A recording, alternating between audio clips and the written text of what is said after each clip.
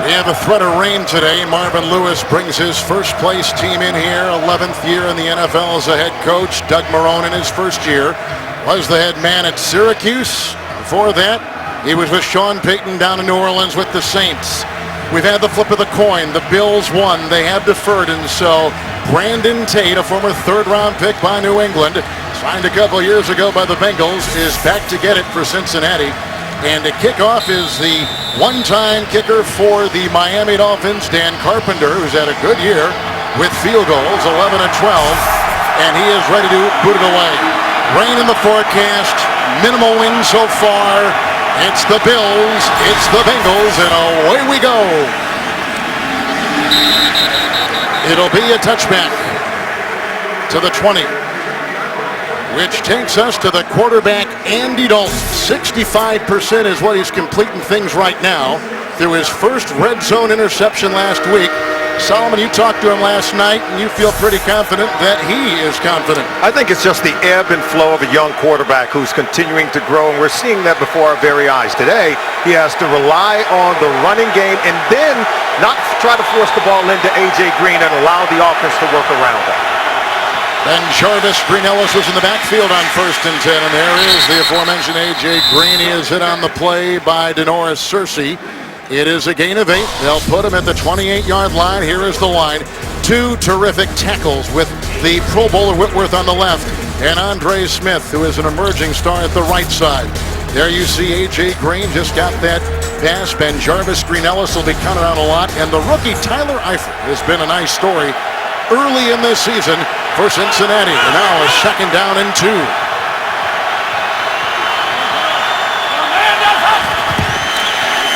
And Green-Ellis, Eifert with the block, Bowling with the block. The tackle was made by Kiki Alonso. It's a gain of 6. He bulldozes his way to the 34 for a first.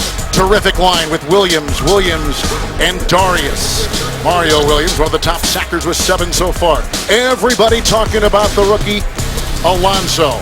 He has been wonderful so far. 4 interceptions, one of the top marks in the NFL. You see the secondary. Jarvis Byrd is active. He will start and he will play, they say, quite a bit. 1st and 10. The end around. Marvin Jones. Look at the quarterback out to block along with the left tackle Whitworth. And a great move inside. And then he is brought down by the aforementioned Jarvis Byrd. And end around, good for 35 to the 21-yard line of Buffalo. Just great play calling, Boomer. Watch the defense. Everyone's getting here, but then they come back around. The pursuit of the Buffalo Bills defense was so indicated on stopping the run, going to the right side, that they were not prepared for this reverse action. So they really just played against the over-aggressive nature of the Bills defense. Well, it's Mike Pettin. He's the defensive coordinator. Came from Rex Ryan, and that's exactly what it's all about. It's all about penetration, and it's all about pursuit. You use that against them, which is exactly what the Bengals did right there.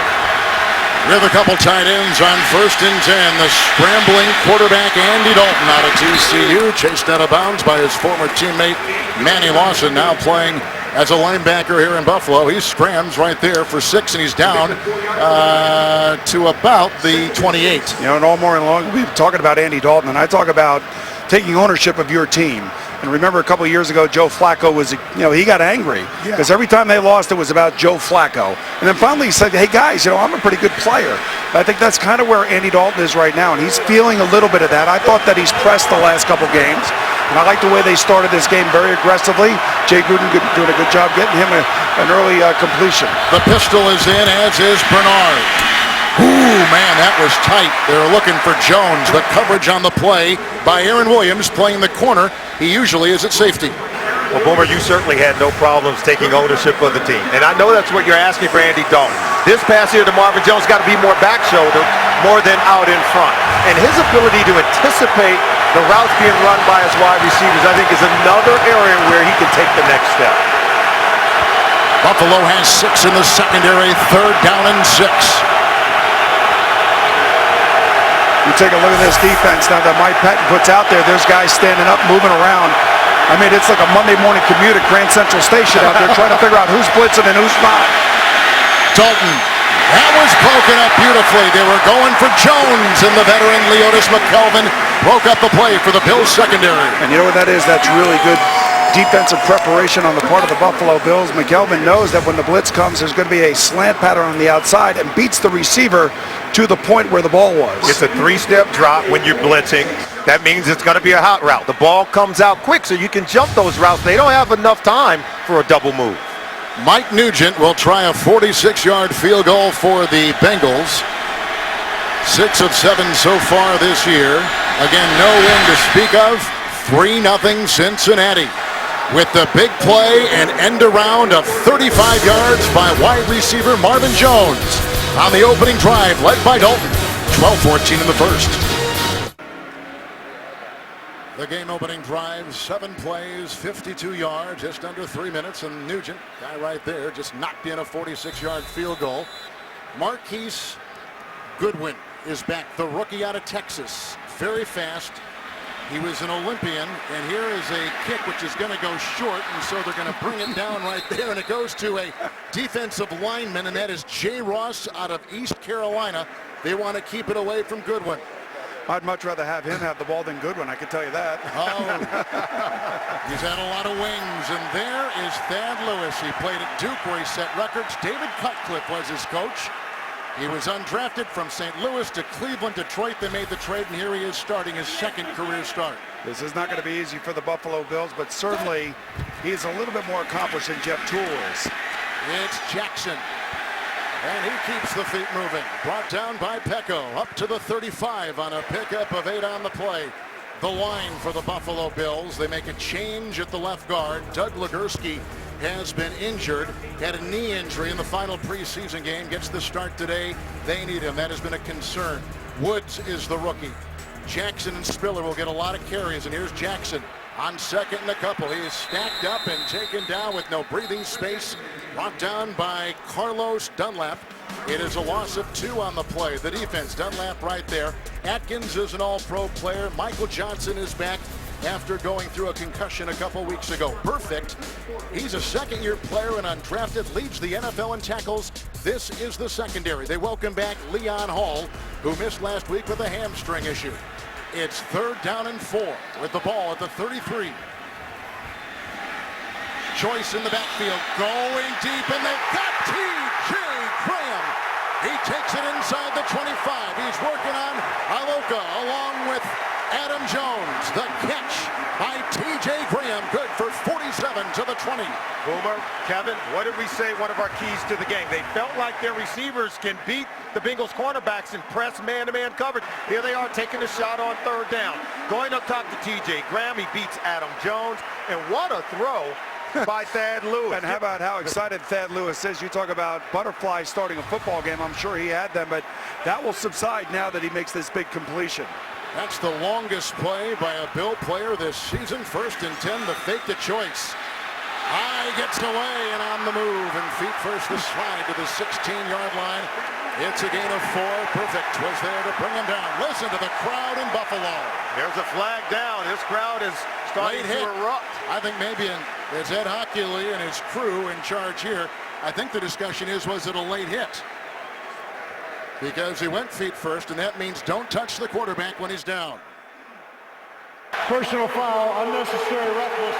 Defense number 55. Distance to the goal. 1st down. You know, it's interesting, Solomon, because you said in the pregame that the Buffalo Bill wide receivers should be able to exploit some of the coverage situations that they're going to find themselves in. And when you play aggressive man-to-man coverage, obviously the easiest thing you could do is find that matchup and then exploit it. And that's exactly what Nathaniel Hackett, the offensive coordinator of the Buffalo Bills, has done thus far. It's 1st and goal. Choice. Working down the sideline, working by Reggie Nelson. He picks up 5 on the play, ushered out by Pecco and by Adam Jones. A gain of 5. They'll spot him at the 1. And if you allow the young quarterback, Thad Lewis, to get hot against the Cincinnati Bengals defense, you can see the Bengals defense have not allowed an opening drive touchdown the last 21 games, and yet you get a quarterback starting his 2nd game of his career knocking on the door for points against this Bengals defense. Goodwin is a receiver. Jackson in the backfield. 2nd and goal at the 3, and that is a touchdown plunge by the quarterback, Thad Lewis. How about that? How How about that is right. Could you start the game any better with a young quarterback than the way that the Buffalo Bills have started this game with Thad Lewis? And, this is a direct call. This is a quarterback draw. There's no question about it. He's not looking downfield at all. It's just a matter of getting the right blocking up front, which he does. He sees the hole and dives for the goal line. A great way to start this game for Thad Lewis. When we talked to Thad Lewis, everything that you could come away with was the fact that this kid is poised, and he will not come in here with that deer in the headlights look where he would be overwhelmed or intimidated. The big play, a 47-yard pass to the wide receiver Graham. And then the quarterback Lewis in for 6. The NFL on CBS is sponsored by Southwest Airlines. Find our fares online only at southwest.com. Chili's $20 dinner for 2.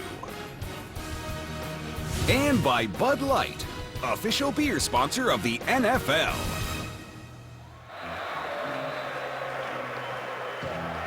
Now the quarterback, Thad Lewis, who graduated in 3 years from Duke, which says a lot, has his first career rushing touchdown on his first drive with Buffalo. And the ensuing kickoff. And Tink will bring it out of North Carolina. And a nice tackle on the play made by one of their reserve wide receivers, Marcus Easley. It is a 21-yard return. This place could get out of control pretty quickly. I forgot how loud it was here. They play that song Shout. Oh, man. After they score a touchdown here. many, I would say nightmares in this stadium, but what a great fan base they have here. The place is sold out and they're rocking. This team gets rolling. They'll sell it out. And the Bengals know that as well as anyone. Yeah. They have lost 10 consecutive games to the Buffalo Bills since that 88 championship game. And they did beat the Bills last year to break that 10-game losing streak. Giovanni Bernard, the rookie, and they're talking about him all over the league out of North Carolina, is in. First down and 10 into the nickel. Kyle Williams missed a block, then he is run out of bounds across the way by Stephen Gilmore, active with the big club on that left wrist. The operation weeks ago, and there you see him. It's a pickup of 3. Put him at the 20. Well, I think I'd try to find out where Gilmore is and throw the ball his way. Yeah, he's not going to intercept. He's not going to make an interception, is he? Unless he catches it with his right hand. Well, there's two things, though. Both teams want to come in wanting to run the football. I think it's going to be vitally important. Whoever can dominate at the line of scrimmage and manufacture rushing yards goes a long way into helping them to control the tempo of this game.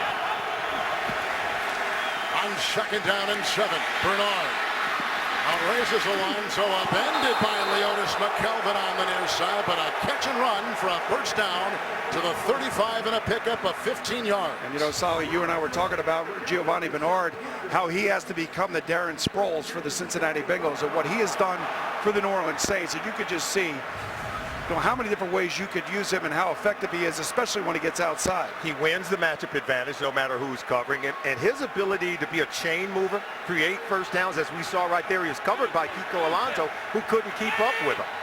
He's had a lot of explosive plays as well. Ben Jarvis, Green Ellis is in. False start, Cincinnati. Offense, number 84.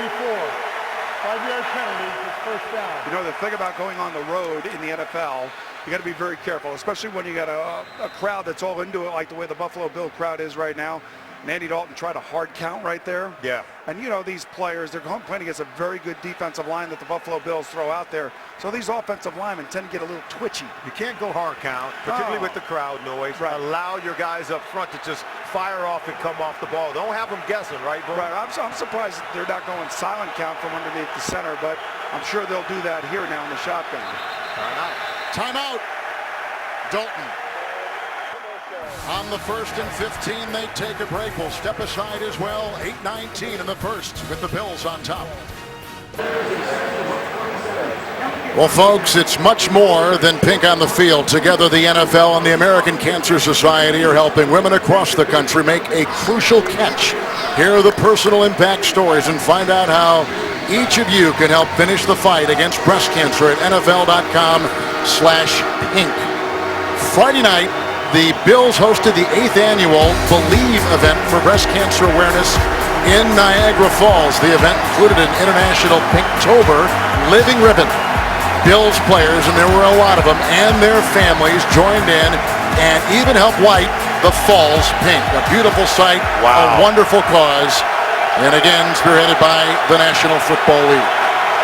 After the timeout for Cincinnati, Sanu was getting the direct snap on the 1st and 15. You can see the avalanche of blue with Williams, and they have also Hughes jumping in. There was no gain on the play. They stay at the 30. And what does Mike Benton do, the defensive coordinator for the Bills? He's going to stack the line of scrimmage. He's going to blitz the run game, and that means Andy Dalton's got to check out of some of these looks, Boom. They're getting single high coverage. He's got to take some shots with his guys on the outside in the passing game. Well, again, I don't know whether or not he has the ability to do that in this offense. That's the one question that I would have. Do you trust Andy Dalton to change those plays at the line of scrimmage? And Jarvis Greenellis is in 2nd and 15 outside. Jones blocking ahead from the left tackle Whitworth, and off to the races he goes. His second big play today on the run, brought down by Denoris Cincy. The run down to the 31. He picks up on the play 40 yards. Boomer, you said there are other guys in this offense that can make plays. Now watch the block by left tackle Andrew Whitworth down the field. And Marvin Jones is one of those players who can make plays, Boomer. You talked about it, but the blocking down the field by big Andrew Whitworth is simply phenomenal. That's an athlete who can move with 300 plus pounds. Well, there was a guy that used to man that spot a few years ago, number 78. It's 1st and 10. Across the middle they go. That's the 2-time Pro Bowl tight end, Jermaine Gresham. Cincy was there. Pick up a 4 down to the 24-yard line. And we always talk about distribution from a quarterback standpoint. Like now, Peyton Manning in Denver, you take a look at the numbers. Look how they're spread around through his total, his wide receiver core, his running back core, and of course, Julius Thomas at the tight end. And that's exactly where this Bengal team has got to get to. The nice thing, the way that they've started this game, is other people other than A.J. Green are having an impact on this offense now. Into the nickel, 2nd down and 6. Bernard is back there with Dalton. Eifert is on the move. The block by Andre Smith. Incomplete, looking for Gresham, and there he is, Jarris Byrd. He's missed the first 5 games because of plantar fasciitis. He was going for a new contract in the offseason. It never happened. He starts today. Jarris Byrd said that Dalton is a rhythm passer. You can see he was in rhythm with Andy Dalton, able to break on that ball and able to knock it down. Came over the back of the receiver without drawing the penalty flag. You say, is that a good play by the defensive back, or is that a play that Jermaine Gresham should have made? I think the ball should have been placed. If we're talking ball placement, you get it a little lower, it makes for an easier catch, and I think more difficult for the defender to knock it down. It's 3rd and 6 for Andy Dalton. He's got to get to the 18. Alonzo's got him, but the dive may have acquired the first down for the third-year quarterback. Dalton on a 3rd and 6. Looked like he lunged and just got enough to move the chain. How about this, Boom? Some athleticism. We've already seen Thad Lewis run and make plays with his legs, but you like Dalton's ability to extend the chains and hit the marker? Of course I do, and he should do a little bit more of this, but you got to be careful when you get downfield. But when you can make a first down in this situation, in this part of the field, and give your team another set of downs, that is a tremendous play by Andy Dalton. Jamal Westerman has come in on the defensive line for Buffalo. 8th play of the drive, 1st and 10. Dalton, and to the end zone. What a catch by Green! That is a Cincinnati touchdown. Holy Toledo, 18-yard grab by number 18. This is what you want to see from Andy Dalton. You get 8 in the box. You get single coverage on the outside to A.J. Green. Take your shot. Look, there's no help there. That's just great ball placement on that throw by Dalton. Well, the tighter you get to the goal line, the less likelihood will be a safety over the top, and that's exactly why. You have a 5'10" Leotis McKelvin going against a 6'4" A.J. Green. That's exactly what you want. That's the kind of matchup you want, and this is where you do want to throw him the football down here. Green with his 4th touchdown reception of the season. The story in Cincinnati has been perhaps the lack of big yards and numerous touchdown receptions that he has been missing this year. Nugent tacks on 1 more, and Cincinnati goes on top.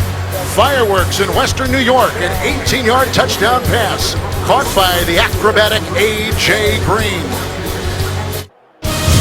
The NFL on CBS is sponsored by Walmart. Get to Walmart and the October savings event going on right now. And by Ford. Only Ford gives you EcoBoost fuel economy and a whole lot more.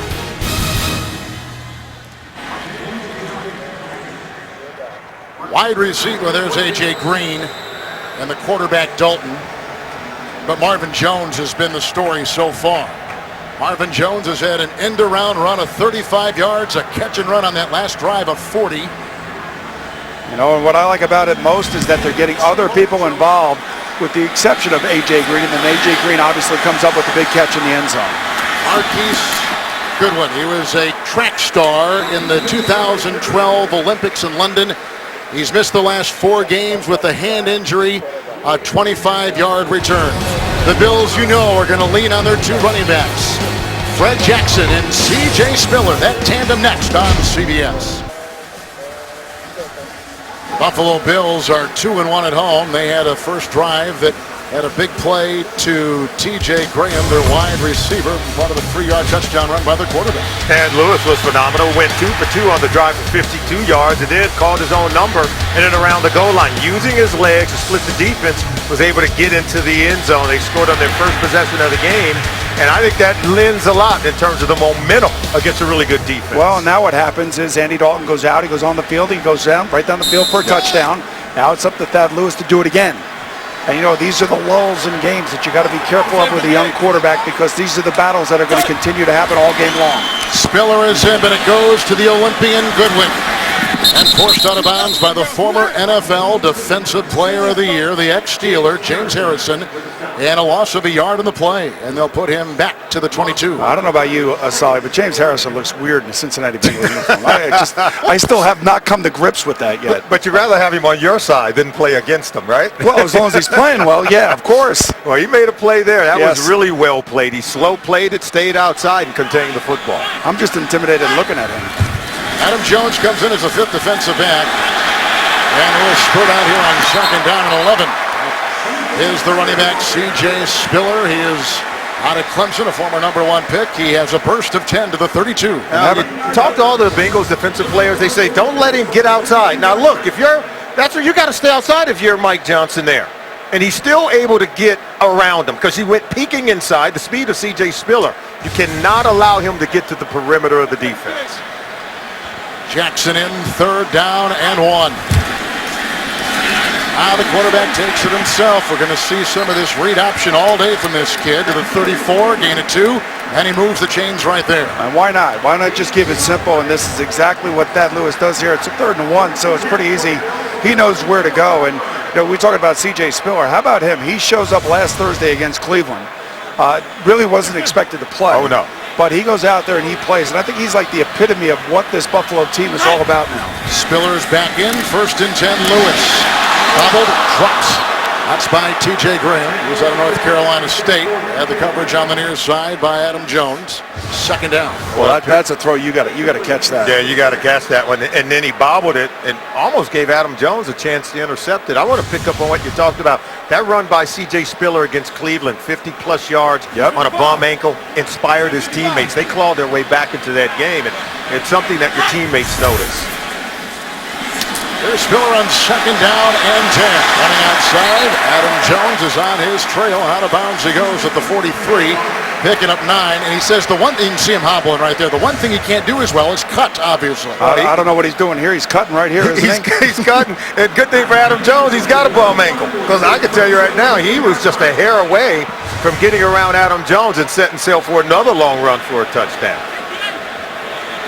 One heck of a yards per carry average, best in team history. It is indeed 4.0 and over 64. A run by Jackson on 3rd and 1. Bursting up the middle. A couple guys bring him down. Basically just tripped on his own. It's a gain of 12 to the 46-yard line. Well, you could see that the Cincinnati Bengals had a run blitz called, but it was to the wrong side of the offensive formation, and Jackson calmly just runs right through the line of scrimmage. And I love what the Bills are doing right now. No huddle, right to the line of scrimmage, trying to up-tempo this game with the young quarterback. 7th play of the drive.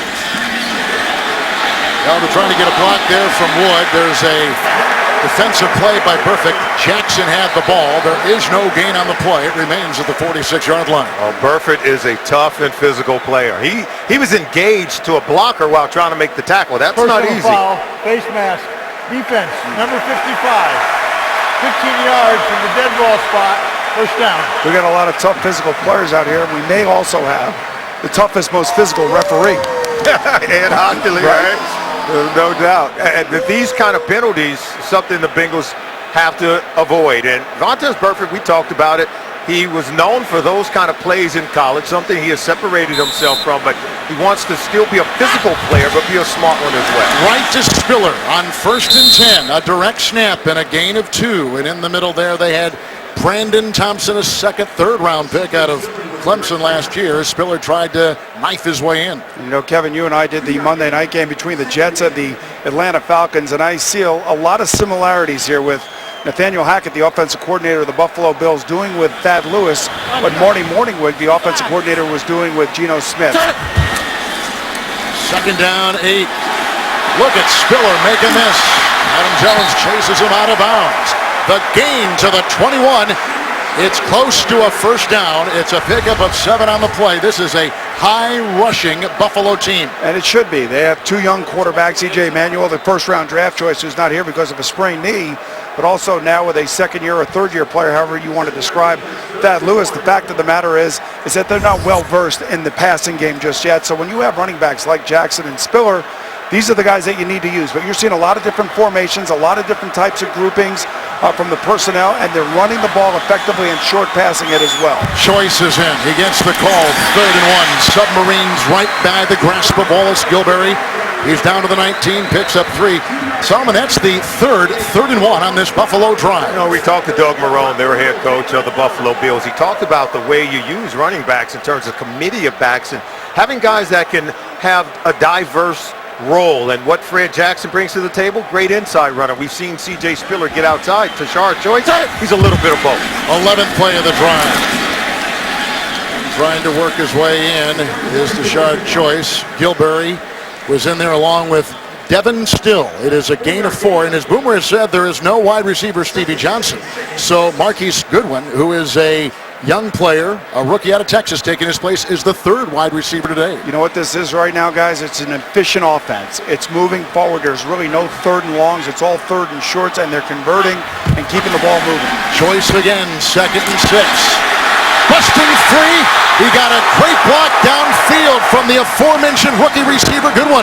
He picks up 13, works his way to the 2, 1st and goal Buffalo. This is what the Buffalo Bills do. Take a look at how they run. They come right at you, come right downhill, and they will bloody your nose in the running game. This is a team that in week 4 had over 200 yards rushing against the Baltimore Ravens defense. Went for over $150 against the Cleveland Browns tough and rugged defense. And right now they're gashing the Cincinnati Bengals. Jackson is in, 1st and goal. Summers the fullback. Jackson, Summers the block.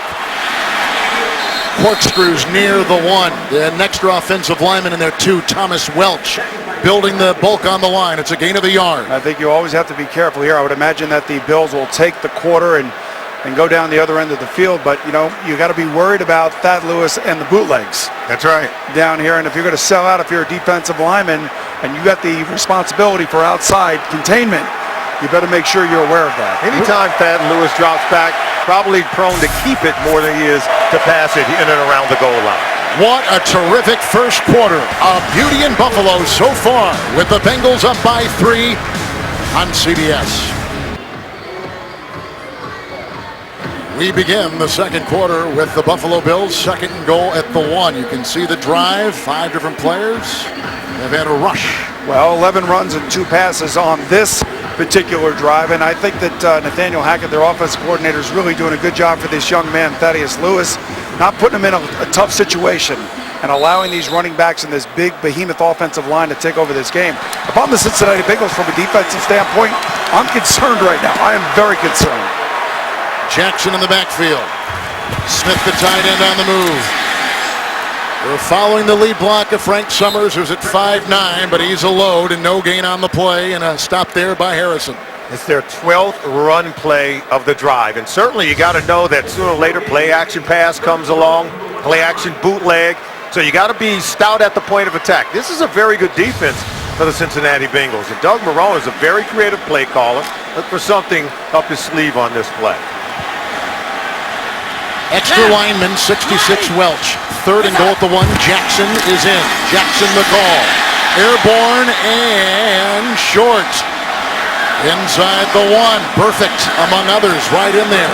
Vincent Ray, a good goal line defender, 57 there as well. And here we go for Doug Marrone now. A very interesting decision, and obviously it looks to me like he's going to go for it. He's caught up in the emotion of the game. We saw Mike Smith go for it against the Jets, the Atlanta head coach, and we also saw Mark Trestman do it against the Giants, and neither one of those guys made it. This is a big decision right here for the Buffalo Bills. Bengals defense need to hold their water because they can't jump off sides here. 4th and goal at the 1 on the 16th play of the drive. The quarterback Lewis chased, and Harrison brings him down at the 2, loss of a yard, and on downs. It goes back to the Bengals with a terrific goal line stand. This is the 3rd home coach that has decided to go for it on 4th and goal and not make it, and gives the momentum back to the visiting team. We're back in Buffalo. Fantasy football fans, check out CBSSports.com Player Challenge, a new 4-week game with a cash prize in every league. See rules and sign up at CBSSports.com/challenge. With the goal line stand for the defense, the offense now takes over with a 1st and 10 from the 2. Ben Jarvis, Green Ellis into a pile. Not much there. What a marvelous goal line stand by the Bengals. Let's go back and take a look at the play, because this is an offensive tackle at tight end. Thomas Wells, he comes out, the fullback sneaks out, they cover it, and then watch, they just go and get the quarterback, and that's going to be 92 James Harrison. You know, he's a good read and reaction. I like that play on 1st or 2nd down, not on 4th and goal. No. Because I'm not throwing it to a backup tackle or a fullback. I'm just not doing it. I spend all day long or all week long coming up with these plays. And Nathaniel Hackett has done a good job thus far today. Got to do better than that. You got to do better than that. You got to come up with something more creative than that. Ben Jarvis, Green Ellis, past the 10, brought down by Alonzo at the 12 on a gain of 7. I remember those offensive tackles when they go in there, they report as the off tight end, and they used to say, "You're going to throw me the ball, right? You're going to throw me the ball." So, the only way I'm throwing you the ball, number 1, is if your name's Anthony Munoz. That's right. Because you're a better athlete than everybody on the team. Or number 2, there is nobody standing around you. So when you miss it, they don't have a chance to pick it off because of a tip drill. And I remember Anthony catching plenty of those from you. Yeah. Alex Smith, the tight end in the backfield with Ben Jarvis. It is 3rd and 1. Green Ellis brought down by Kyle Williams, the 2-time Pro Bowler, a gain of 3, up to the 14-yard line, and a 1st down. Some breathing space, albeit a little bit, for Cincinnati. But for the Cincinnati Bengals, this is okay, because they're good when they get the ball and begin their possession inside the 10-yard line. They've had 11 possessions of such variety so far on the year, and they've scored on 10 of them. 4 touchdowns and 1 field goal. So Marvin Lewis talked about this, that this offense is used to going on long drives. He said they need more explosive plays, but it's okay. They can go on time-consuming drives and eat clock. Cincy is in for Bird in the secondary for the Buffalo Bills. Dalton, 1st and 10. And now you can see that he is audibling. He's reading the defense right here and changing the play. Bernard. He's slippery. Actually, what he was doing there, he was reading the defensive front and the secondary. Yeah. And then he was deciding which way he wanted to run the football. They call that a check with me in the huddle. Check with me at the line of scrimmage. He saw there was 2 high safeties, a 7-man front. What are you going to do, Boom? You're going to run the ball. Yeah, you're going to run it on 1st and 2nd down, you'll run it. The only thing about the Bengal offense that I'm not crazy about, I just think it's way too methodical. Yeah. They have too many good athletes and a good offensive line. I believe that they should be a much more up-tempo team. Bird is in. The nickel secondary, 2nd down and 9. We've had 4 consecutive runs so far by Cincinnati until right now. A.J. Green, blockers ahead, including Sanu, including Whitworth, and there he goes, galloping with the chase and a knock out of bounds right there by the safety, Cincy. Oh, the strides of A.J. Green. He gallops for 55 to the 30. Did you see Andrew Whitworth, the left tackle, number 77? Yeah. 2 blocks on this solid. Yes, and I love the block by Sanu. And you're right, 77. Look at him. Look at the big man rumble. Trying to find someone in a blue jersey to lay a hat on. It was great blocking. It was. He actually knocked down Jim Leonard and then went out there and got somebody else, and now he's exhausted. Yeah, he's got him. But, unlike a receiver who could take himself off the field, the offensive tackle can't do that. And he's coming off off-season surgery, too. He missed a little bit of first game. 1st down and 10, Giovanni Bernard. Oh, nice patience right there, waiting for the block to materialize from Bowling. And the game takes him to the 29 and a pickup of 3. You know, Whitworth's so good, we're going to show you. He gets the highlight because he picks up 2 guys. So he gets his own replay. Look at the big tackle. That's boom! one arm, Took man. one out. Took one out. This is going to be on every highlight reel throughout the week with that kind of blocking down. Man, that gets you to a Pro Bowl, Boom. It does, and well, he's been there a few times, but you know, it also looked like Kevin Harlan last night trying to give us the check. You're taking a check. Take it. That Heisman stiff arm. They're still stuck with it. I still have it. 2nd and 7. They go to Tate, who's knocked out of bounds by McKelvin on a gain of 6 at the 22. The first reception this season for Brandon Tate out of North Carolina. You know, Marvin Lewis was talking about getting more explosive plays. We saw it on the bubble screen over to A.J. Green. They're getting more people involved, Boom, and that's why the offense is clicking. 5 receivers thus far today for Andy Green, and that's exactly what you want. You want to spread the wealth around, keeps the morale up, keeps everybody happy, and everybody seems to be with a little bit of an extra step now that they know that they have a possibility of getting the football. Branch and Bryant on the defensive line. It's Bernard on 3rd down and 1, right into the teeth of that defense on a gain of 2 down to the 20. And that is enough for a first down, so they move the chains on a drive which began back at the 2 for Marvin Lewis's offense after their defense had a goal line stand on Buffalo. How big of a swing is it, Boom, for Marvin Lewis's defense to have a goal line stand? They get the ball inside their own 5-yard line, and now they're the ones on the march to score a touchdown. Well, I told you, I saw that last week for the Atlanta Falcons, did it with the Jets. They were unable to convert, and then the Bears did it to the Giants. And to me, I always say, take the points, the game is close. I believe that the Bills should have kicked the field goal. It's 1st and 10 for Dalton. Shuffle pass. Bernard makes 1 miss. He gets by Alonzo. Look at him take it in. Weaving for 6. What a play by the rookie Giovanni Bernard. A 20-yard swerving touchdown reception, and Cincinnati extends their lead. This kid is as charming in person as he is electric on the football field. Watch some of the moves you see here. Boom, we haven't seen this since James Brooks. His ability to make unblocked defenders miss. There's 1, there's 2, and Kiko Alonso can play. There's 3. Look at that. And then the 4th arm. guy, nice straight arm and just a wicked stiff leg as well. Oh, not for nothing, Solly. I just try to find that kid everywhere I possibly could, because he'd make my job that much easier. And a good job by Andy Dalton navigating the pocket, locating Bernard, and flipping him the football. Nugent 17-7 Cincinnati. Wow. 8.5 to play in the 2nd quarter. A.J. Green got this baby off with a 55-yard run down the sideline. And then the rookie, Bernard, a 20-yard touchdown reception, broken tackles, and to the house for the Bengals. Andy Dalton with 2 touchdown passes here in the first half in Buffalo. Coming up on the Verizon Halftime Report, join JB, Dan, and special guest Bart Scott. All the latest NFL scores, news, and highlights. That's coming up on the Verizon Halftime Report from our CDS studios in New York. You used to be in there. Yeah, look at Marino. It looks so lonely right now. And I know exactly that Marino was saying the same thing that I was on that 4th and goal attempt by the Buffalo Bills on offense. If you're going to call the play, or come up with a play that's going to be a little bit more creative. Yes. You got 2 outstanding running backs that are making guys miss. Maybe spread them out. Or if you're going to pack them in like that, you got to put a real tight end out there, and maybe one of those backs in the backfield that can get to the flat quicker than a fullback and a backup lineman. Yeah, Thad Lewis didn't even have confidence to throw the ball in I don't blame him. with that personnel grouping. Right. Marquise Goodwin. And hit and brought down by a couple, including Pierman on the special teams, as Pierman is bottom of the pile. 23-yard return. So let's see how the Bills respond. They've looked good offensively. They had a goal line stand stopped before.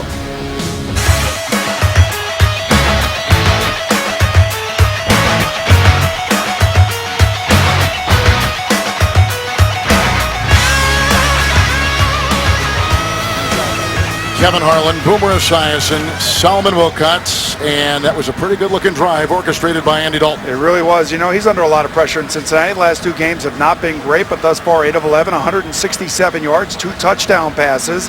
The best part about all of this, 5 different guys have now touched the ball from a receiving standpoint, and as we see, Giovanni Bernard is just unbelievable how good he is in the open space getting that football. Dalton on that last drive, 3 of 3, hit 3 different receivers. This is Spiller.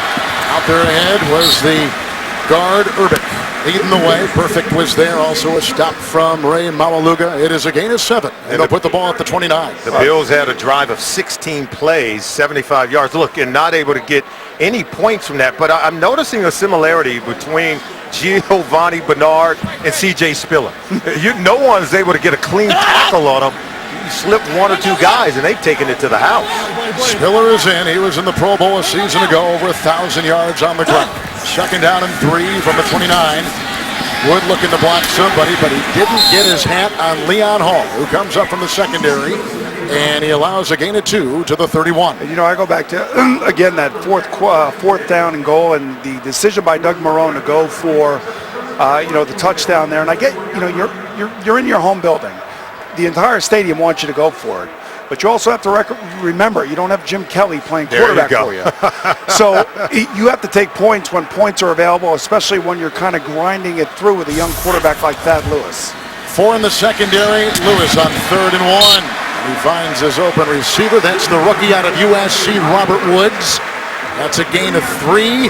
It's good enough for a first down to the 34. And Thad Lewis is using his mobility. They're getting him out on the perimeter of the defense and just creating some pass opportunities, ones he can complete. I like when talking to Thad Lewis, he says, playing quarterback's not that hard, Boom. He said 90% of it is mental, 10% physical. But he's a smart kid from Duke, and I think he's going with his strengths, with his football intelligence. Choice on 1st and 10, brought down by George Iloka out of Boise State. It is a gain of 4 to the 38-yard line. And let's talk about this quarterback, Thad Lewis. Well, so far so good. And I think that he has far exceeded expectations, at least that I had for him early in this football game. I would imagine that he had major butterflies. He's been able to run and make a few good plays. This was a called quarterback draw down in the goal line. He lowers his shoulders, gets the touchdown. But he actually should have 10 points on the board right now. Spiller in, 2nd down and 6. This is C.J. Spiller. Little one-on-one right there with Leon Hall. Shoved out of bounds, 41-yard line, gain of 2 on the play. Can't say enough about the job Leon Hall did right there, keeping C.J. Spiller from busting out and hitting the first down marker. He understood his leverage, understood how to use the sideline to squeeze the ball carrier out of bounds. That was just good footwork defensively by Leon Hall. That's how you tackle and play good defense on the back end. Jam. Hey, Bacon. 5 defensive backs for Cincinnati. 3rd down, short 4 for Lewis. Pierce had a block. Juggled and reeled on in that time by Graham. Flag is down, gain to the 45, and that would be enough for a first down on a gain of 4. What is this flag? Could this be hit on a defenseless player? He's bobbling the ball. I think this might be offensive pass interference. Yeah, maybe he had to push off to get separation. Well, who knows? It also could be defensive illegal contact. You never know. These are the penalties over the last 10 years that have really changed the dynamic of the game. The gray hairs, that gray area. One of the great side stories. The pass was complete. Personal foul. Unnecessary roughness defense. Number 55. Helmet contact. 15-yard penalty. First down. That's the second penalty on Perfect in this first half. The second one of the 15-yard variety, giving a huge gain and momentum to the Buffalo Bills. Let's watch this. Okay, he's going to come in, deliver a strike. Now, you got to be able to play football. I'm not so. That's what I thought they had called it. I just did not agree that was in any way, shape, or form anything illegally done by Vontaze Burfict. You got to be able to play physical, and I don't think that hit in and of itself is in any way injuring a player. Jackson 1st and 10, wrapped up by Carlos Dunlap, finds room to the 37 on a gain of 3. I didn't see the crown of the helmet hit the side of the head of the wide receiver. What I saw was maybe the face mask glance up against the helmet of the wide receiver. And these are the safety rules that we have to live by now. Can I say one thing? That was also the area where the ball was. And defenders are taught, strike where the ball is, because they're trying to dislodge the receiver from the ball. And if you hit there 4 times and not, the ball's going to come out. 2nd and 7. He gets by Dunlap. He gets by Still. He shows his own weaving ability down to about the 32-yard line. And the quarterback out of Duke picks up 5 right there. If you didn't know who Thad Lewis was before today, I think after moves like this on Carlos Dunlap and then another move like that on Stills, you're going to come to know this kid. He's a smart-headed player. He was schooled by David Cutcliffe at Duke. And Cutcliffe coached Eli Manning at Ole Miss and Peyton Manning at Tennessee. He did indeed. 3rd and 2, 9th play of the drive. By the way, Gilbury is out right now with a forearm injury. That's why you're seeing more time from Thompson and Still on that defensive line. On 3rd and 2, through the hands of the receiver Chris Hogan out of Monmouth. Incomplete. Perfect was there. Newman was there. There's congestion, but a catchable ball. Well, a catchable ball nonetheless, but it really should be thrown a little bit lower. These wide receivers, you know, they want that ball in their chest. They don't want to be extending like this going towards the middle of that defense. But I think, you know, if you are the Buffalo Bills, what you're getting from Thad Lewis is good enough to be able to win a football game, at least right now. Well, here comes Carpenter. It's a 51-yard field goal try, and he puts 3 more on the board for the Buffalo Bills. He had a shot against Cleveland of 52 a couple weeks ago, a 51-yarder right there, and the ex-Dolphin brings the Bills to within 7, 4:14 remaining in the second quarter. The NFL on CBS is sponsored by Samsung Smart TV. TV has never been better. And by State Farm. It pays to double check. Talk to your agent today. Now the leaves are turning here in Western New York. It is absolutely beautiful. Start your Monday night with a great new hour of comedy, How I Met Your Mother and Two Broke Girls at its new time, followed by a special Big Bang Theory. That's tomorrow beginning at 8, 7 Central. Only CBS. Tate a yard deep after the 51-yard Buffalo field goal.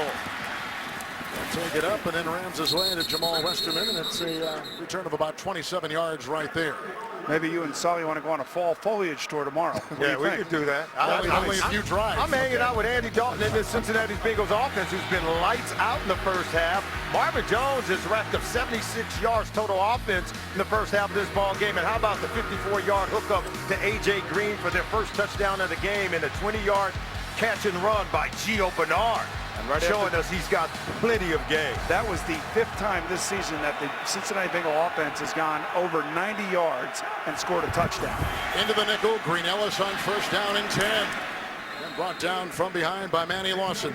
That's a gain of 8, taking it to the 35-yard line. You know, Sully, we came in here thinking, okay, we have 2 pretty good defenses here. We got Mike Pettin, right? We got Mike Zimmer. We got 2 really good defensive coordinators. We have Jay Gruden going against Mike Pettin. Now, we haven't had a punt yet in this game. And that's something. And that tells you Jay Gruden has made some adjustments to what he's doing offensively, and his offense is now taking their game to another level. What are we doing? You see Andy's trying to read the defense right now, trying to call pass protection if he has a play on, and I think that's exactly what it is right here. It's second down and 2. Green Ellis the first down, and he finds room into the next level. And brought down from behind with a good-looking stop by Cincy. It is a gain of 25. Ben Jarvis, Green Ellis to the 40-yard line. Okay, here's the 8th defender in the box. And Green Ellis sees it. He starts here, but then he goes back weak side. They don't have a secondary defender to stop him once he cuts it back. Boom, watch this. This is just phenomenal read and reaction by Ben Jarvis, Green Ellis. You know, and what Andy Dalton was seeing, he saw that Jim Leonard was back. The safety was back deep. Therefore, he decided to run it. You ran it left, but as you said, Ben Jarvis, Green Ellis saw it and reacted to it. This is Sanu, Eifert with the block. And he's hit on the side by Aaron Williams, who's playing some corner, as we mentioned before. He's normally a safety. Little stop there, too, by Hughes. Gain of 9, close to a first down at the 30.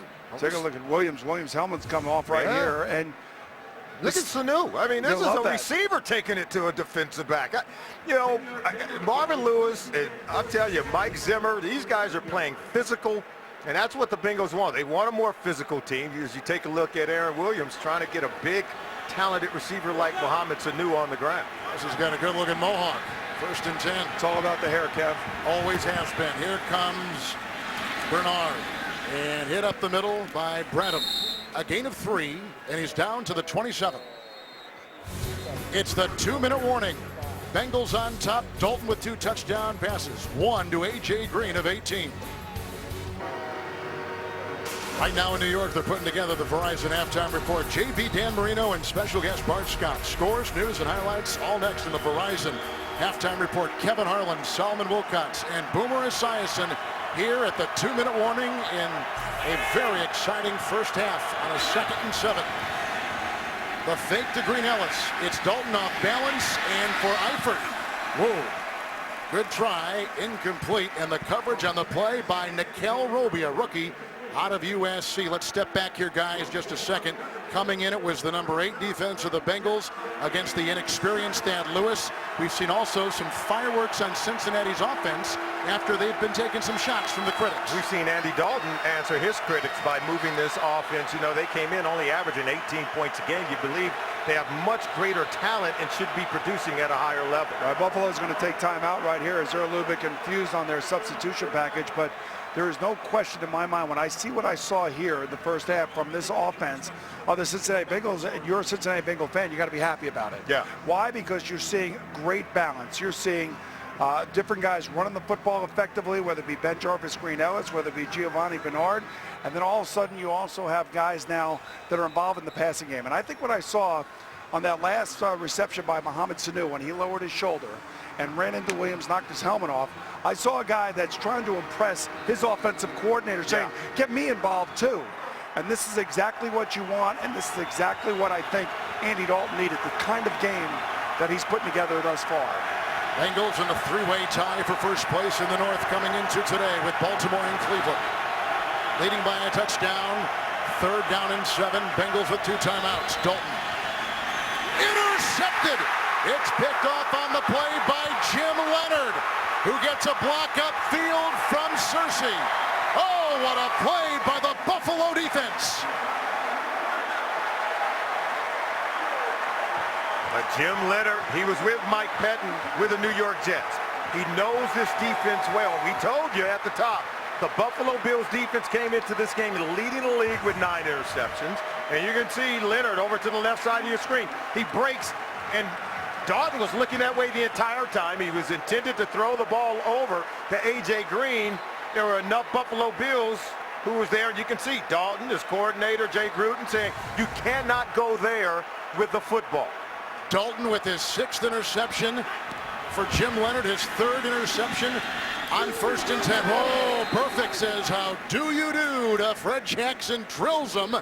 And it's a loss of 3 back to the 42. And Kevin, when we talk to Doug Marrone, when we talk to a lot of these Buffalo Bills, the one thing they did say about Andy Dalton is sometimes he predetermines where he wants to go with the football, Boom. And maybe that's one of those plays where Jay Gruden said, hey, you already knew you wanted to go to A.J. Green. You didn't read the defense. 2nd down, 13. Here they come. Pecco up the middle and down the quarterback goes on a sack right there. Back to the 49-yard line. A loss of 7 on the play. Well, a couple things. Now, if you want a championship defense, this is what your defense has to do on the road. Right. They have to overcome the quarterback mistake, and they got to get on the field, and they got to move the opposing offense back. That's exactly what they're doing. But, you know, when I see what Andy Dalton did right there, I just see exactly what you just said. Predetermined. He was duped by Mike Pettin's defensive scheme. There's no reason to throw that football there. The other thing I like is that he was angry on the sideline. 3rd and 20. Nobody home. Chandler may have been the guy they were looking for, and also over there, as you see, is T.J. Graham. This defense answered with a 3 and out. That's exactly right. That's a championship defense. That's what you need. You pick your quarterback up, and now you give your quarterback a chance to come back on the field. I doubt they'll do much here with only 39 seconds to go and a half. But the fact of the matter is that's a mistake that Andy Dalton should make. He can't make. I think I probably jinxed him a little bit.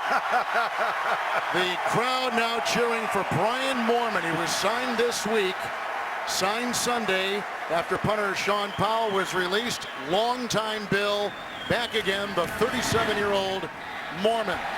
He's a hang time and directional guy, and the hang time here exquisite. And the placement, oh my goodness, inside the 1.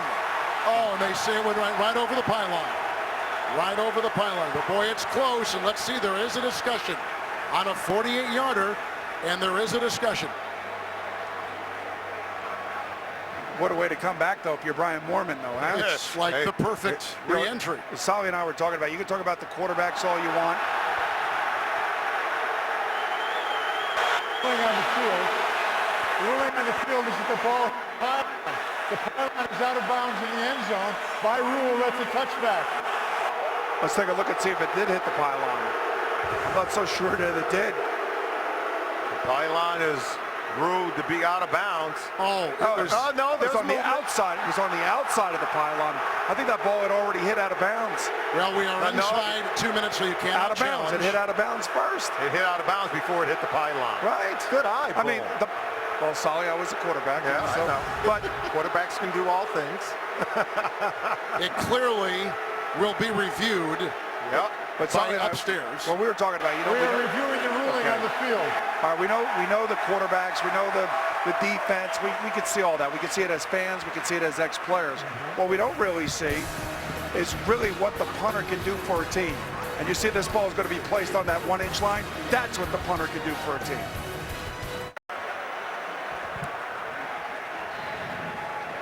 Waiting on Ed Hockley's call right here. The way the crowd reacted here and the way that Brian Moorman was reacting on the sideline. I think he talked to Ed Hockley, and Hockley said, yeah, we're going to put the ball back on the 1-yard line. And now if you're Andy Dalton, this is a great spot as a quarterback to go the hard count, to try to get the opposing team to jump offside and to kind of get out of the shadow of your end zone. And look at Mormon. Yeah. He was brought back. Remember, they released the punter, Sean Powell, after they allowed 179 yards in punt returns to Cleveland 1 week ago in the Thursday night The game. ball actually hit out of bounds before it hit the pylon.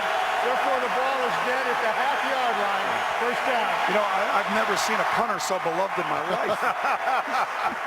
That's how bad the previous punter was. But punters can be weapons, as you mentioned. As Yes. you take another look at it, his ball's going to hit the white chalk before it hits the pylon, and that's where they're going to mark it. Now, Boom, what do you do here with, what, 38 seconds Well, you don't left do in the much. half? What you do here is you try to get this ball out first on a hard count, but then if you're Buffalo, remember, you got to use your timeouts here. You've got to be aggressive with your timeouts. They have 2 left. He's got to make sure, too, that if he falls in the end zone, he's got to get that ball beyond the goal line, and it's out to the 3, so some breathing space on a gain of 2. The clock at 22 seconds. Each team with 2 timeouts and a timeout taken right here. And right, that's exactly what Buffalo did. And remember, Buffalo already burned one of their timeouts on defense because they were disorganized and they were not ready for what the Bengals were throwing at them offensively. So if you're Doug Marrone, you got to make them snap the ball down here. Absolutely. Make them run a play and make them be productive. Still But gotta- defensively, you got to come up with a stop. And you put a guy right on the center. And, you know, whether it be, in this case, it's Kyle Cook, the center of the Bengals. Whether it would be Kazurski or Remington or whoever my center was, they hated this. They hated to have a guy because the right guys over are him. right on their nose, You're man, gonna and get they're pushing it punished. back. That's right. You saw that with Kyle Williams. What was Andy Dalton doing there? He almost stepped in the end zone. As long as he doesn't have the ball in the end zone. But you're right, he went back a little too far for my comfort level. Oh, man, welcome to Bingledom. He got knocked back. Watch this. But his knee had never not hit. gone. That's right. His knee hadn't went down. He can't allow himself to get knocked back into the end zone, right, Boom? No, that's why those centers hate that. Yeah. And that's why the new rule on the extra point and the field goals, Where you can't cover the you center. can't kill those guys That's anymore right. inside like that. And those guys aren't centers. Those guys are like glorified tight ends that are the long snappers. They're very small guys who are Right. long snappers and not as big as your average center on the offensive line. Here's a 3rd and 9 play. Now, It's kind of interesting because there's Ed no Hockley was- timeouts left now for Buffalo. Well, Ed Hockley was talking to Doug Marrone. I got to believe that I don't necessarily know that they spot the ball in the right spot, but again, you can never take any of this stuff for granted. Especially, if Greg Schiano were here coaching.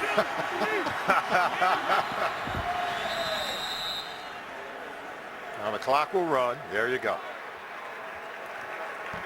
The Cincinnati Bengals have not won a road game this year. They are 3-2 with their wins coming at home. Buffalo at home is 2-1. They're coming off a loss 10 days ago at Cleveland 37-24. We told you about the Bengals' terrific win over New England in the rain in Cincy last week, 13-6. And what an exciting first half it was, with Green having a catch and run of 55 and an 18-yard touchdown reception. Part of the halftime Bengals 17-10 lead over the Bills on CBS. The Bengal wide receivers today have been fabulous. 2 touchdown passes by Dalton. That's our score going to the second half. Diet Pepsi encourages fans to bid on pink gear to benefit the NFL's A Crucial Catch campaign. Show you're a fan enough by visiting NFL.com/auctions to bid for pink.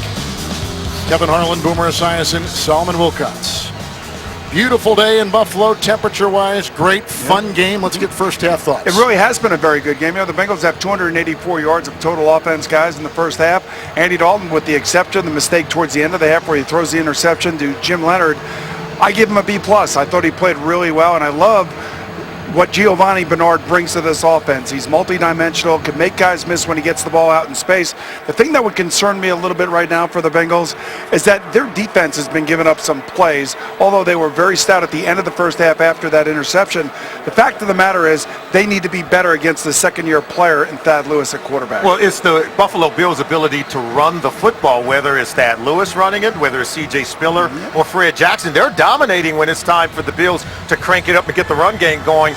Almost 100 rushing yards for the Buffalo Bills in the first half of this ball game. You have to be encouraged, though, as you said.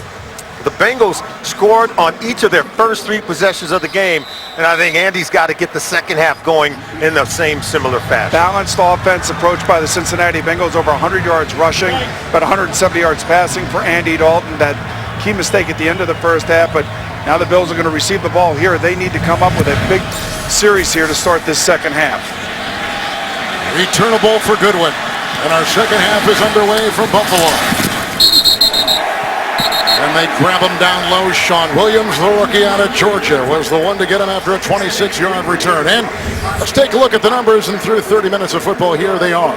Let's take a look at it. The Bengals even more rushing yards because they're using those bubble screens, Boomer, to the wide receivers on the perimeter to manufacture rush yards. But when it comes time to crank it up, the Bills are getting everything going with the 86 rushing yards they've had. The one turnover by Andy Dalton, the defense saved him, was able to get off the field and pitch a 3-and-out. Second NFL start for Thad Lewis. Is Spiller in the backfield, first down and 10 off the fingertips there at the lunging Woods. And the coverage by Adams, incomplete, second and 10.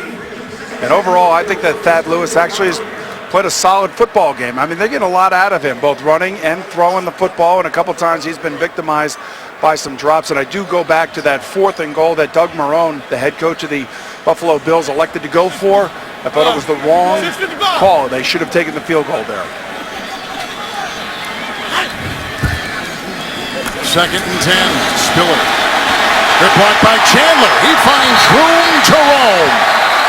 And brought down on the play by Iloka in the secondary. It is a gallop of 19 yards. And he's at the 43. There's the block right there on Reggie Nelson. He thinks he can detach and get outside, but the speed of C.J. Spiller is killing the Cincinnati Bengals. Much in the same way Gio Bernard is thrashing this Buffalo Bills defense. Their speed is at an entirely different level. Spiller, the number 6 AFC rusher coming into today. Fred Jackson now gets the call.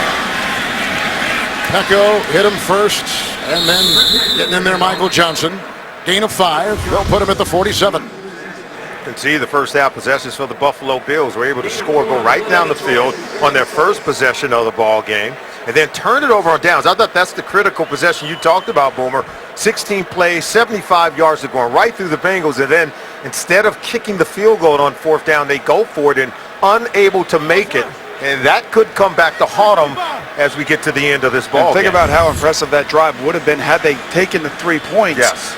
And then the momentum would not have swung back in the favor of the Bengals. Wow, what a defensive play by Terrence Newman on a bullet designed for Robert Woods. This Newman something else. Today, his 160th consecutive game played, 158th consecutive start. See, that was just great play. He came in front, he swatted. If you can make contact with the receiver, you just can't turn them as you're coming in. And they thought they can make plays on these cornerbacks on the perimeter. T. Newman has held up well. On 3rd and 6. The second option, he needs the 47. Knocked away on the play. Knocked away by Dunlap. And retrieved at the 47. Grabbed by Buffalo. Grabbed by Chandler. Gain of a yard. They're perfect. Burfict got the ball, Chandler was trying to dig his way out of it and lost the ball. And there you have it. There is the key mistake by Thad Lewis to start this second half. You can't have that. A little bit indecisive, trying to figure out whether or not he wanted to flip the ball to Jackson or take off and run with it. and you got to make your decisions quickly. You know, these defensive linemen are so active, and they're taught to strip the ball from the unsuspecting quarterback running with the football. They're so athletic, are these Bengals defensive linemen. And, you know, Vontaze Burfict, he brings a certain physicality to this defense. And told you about the game they played last week against New England. Now they're making their presence felt here at Orchard Park. Very good beginning field possession here for Dalton. On the screws, dropped by A.J. Green. Coverage on the play by Leonis McKelvin. What is going on, man? We had a pretty good first half. Well, you know, A.J. Green, we talk about how skilled he is. This is maybe one area where he can get better. He has a tendency, we saw it in week 1 against Chicago. There's been moments where clearly he should catch the football and he'll put it on the ground. Just maybe trying to do a little bit too much, trying to run with it before he's able to secure the ball. Cincinnati coming into today, 3-2. Three-way tie for first in the North. Buffalo Bills 2-3, yet 2-1 at home. Second down and 10. Green again. Hit again. This time McKelvin watches him slip away, and then he is knocked out that time by Jarris Berg. Gain of 2 near the 50. Sorry, Kevin. We said that Andy Dalton needed to get this offense going in the second half. Look at the first half. It came out on fire, scoring on their first 3 possessions of the ball game. And then an interception, boom, can derail the momentum and continuity you tend to get going on offense. Especially when you play against a defense like Mike Pettin draws up here for Buffalo. There's a lot of moving parts, and you got to make sure that you are not duped into throwing an interception like Andy was at the end of the first half. Manny Lawson out for the game with a hamstring. He's a starting outside backer. Third down and 8. Sanu. Oh, what a terrific block on the side by Marvin Jones. He turned his guy in. He allows Sanu to go for 12. It is a first down to the Buffalo 39. Take a look at this block down the field, and you remember we were talking about getting other players involved, and a lot of fans will say, why do you throw the ball short of the first down sticks? Well, you throw the ball where the defense takes you, and then the player that has the ball has to make the play with a little help from his teammates. First and 10, Bernard. Somebody lost their hat. And you can see the subsequent tackle right there. Alonso jumping on that one, bringing him down. Gain of 8 on the play. That was Kyle Williams, the Pro Bowler and one of the best in the business on defensive line play in the NFL. You know, we talked to Andrew Whitworth, the left tackle, yesterday. He says, you know, we're built to run the football. Our offensive linemen, they got 3 guys from SEC schools and a couple of Big Ten linemen. They're big, they're fast, and they're strong. Second down and 2, Green Ellis. Oh, good patience. Diving for the first down. Alonso may have had a hand on him. That's a gain of 7 on the play. They'll put him at the 25. You know, I don't know what the message was at halftime for the Buffalo Bills, but whatever it was, they weren't listening. They have come out here, and they're kind of sleepwalking now. You know, it's the big mistake by Thad Lewis, the fumble that gives the Bengals great field possession, and all of a sudden, this defense is kind of lulled to sleep here a little bit. Yeah, and take a look at their ability to run it. In the middle of this defensive line for the Buffalo Bills, Kyle Williams out of LSU, Marcel Darius out of Alabama. These guys are big, strong, physical players. They're going at it on the trenches. First and 10, Whitworth the block. Scrambling Dalton. Knocked away on the play. Bernard was there. Alonso kind of got in the way. Kyle Williams has something to say to the rookie, and it's not pleasant. Well, really, this is a hit on a defenseless player. Gio Bernard, he's a rookie. He's going to learn the NFL rules, but you can no longer get those peel-back blocks. After the play was over, unsportsmanlike conduct, taunting, defense, number 95. 15 yards, first down. Kyle Williams said, I'm taunting him. I'm just telling the young kid. See, watch the hit he puts on Kiko Alonso right there. Maybe it was, he could have actually taken a much more difficult shot at him, but you see Kyle Williams going and saying something to the rookie. Yeah, I don't know what that's all about, and I know that they're trying to get this stuff out of the game. Yeah. But the fact of the matter is, I mean, that's a ridiculous penalty that is called right there. No business calling that penalty. And I don't know what Andy Dalton was doing on the previous play there, just trying to throw the ball to Bernard, who was coming back at him, trying to make a block. Yeah. Jay Ross has come in on the line. Kyle Williams, first and 10. Bernard. There's a little bit of a gap and brought down by Alan Branch, 7 years out of Michigan. It's a gain of 2 to the 10. Oh, this is what I talked about, Boom. Let's see if Andy Dalton can bring his offense out in the second half the way they begin the first half. And you talked about him really being able to put his signature on this team, having that seminal moment where he begins to take control and take ownership of the team. Maybe we're seeing him do that today. It's 2nd down and 8. The drive started at the 47 after a fumble by Thad Lewis of the Buffalo Bills. Middle of the field is wide open. Knocked away. Beautiful play that time. Turned in by Jerry Hughes, the former Colts. 3rd and 8. I can see it from up here. The middle of the field is just totally open. Look at the 2 L's in Bills right there. And this is what, Peyton Manning will get up there. He'll see how the defense is aligned, and he'll call a play to get somebody right in the middle of that end zone. And Andy Dalton's smart enough to do that and see that, and not so sure that that's a part of their offense right now, but certainly I think if you really want to be effective down here in the red zone, you've got to have that as a part of your offense. You can see the Bengals one of the best red zone offenses in the National Football League. Kyle Williams back in. 3rd and 8. 9th play of the drive. Dalton to the end zone. It was caught. It's a touchdown. Grabbed by Marvin Jones. Got right in front of McKelvin. A 10-yard strike by Dalton. His 3rd touchdown pass today. Are we sure that ball broke the plane? I got to tell you, they're having a talk about it, but when you sort of challenge Andy Dalton at the beginning of our show, you said he needs to start making more plays like this, going elsewhere with the ball, the players like Marvin Jones, and not try to force it in to A.J. Green. We're seeing Andy using more of the weapons around him, and we're seeing the offense being more productive today, Boom. Every scoring play reviewed. That's what's going on right now upstairs. But I like the fact that Andy Dalton actually came down and led his team right to a touchdown. You want to be a championship team. You got to win games like this where you are clearly the better team, due in large part to the struggles on offense for the other team that you're playing against, in Buffalo in this case. And you can see right here that was a really good throw. Good job by Jones coming back down for Andy Dalton, and it is ruled a touchdown. Well, his feet were inbounds, absolutely, when he grabbed hold of the football. Marvin Jones with his 2nd touchdown reception of the season. Tack on one more, and Cincinnati has gone up now 24-10. Dalton 3 touchdown passes, the first to Jones. Dalton with his 3rd touchdown pass, and Solomon, you were talking to him last night about the ebb and flow in a growth process for a quarterback. Yeah, he said that, they're putting more on my plate, and I have to be able to do more. And we've seen him take 2 steps forwards and maybe a couple of steps back. He has not had a touchdown in back-to-back game in 7 of the last 9 contests. So his ability to be more consistent is what they're asking of him. Goodwin out of the end zone and hit again. Nice special teams play by Sean Williams. 20-yard return. Andy Dalton, liking his game so far. He's built his Bengals to a 24-10 lead. Back in Buffalo, there is our score. Early 3rd. Tonight on 60 Minutes, a 15-year-old boy who may have come up with a cancer breakthrough. Plus, one of the great untold human rescue stories of the 20th century.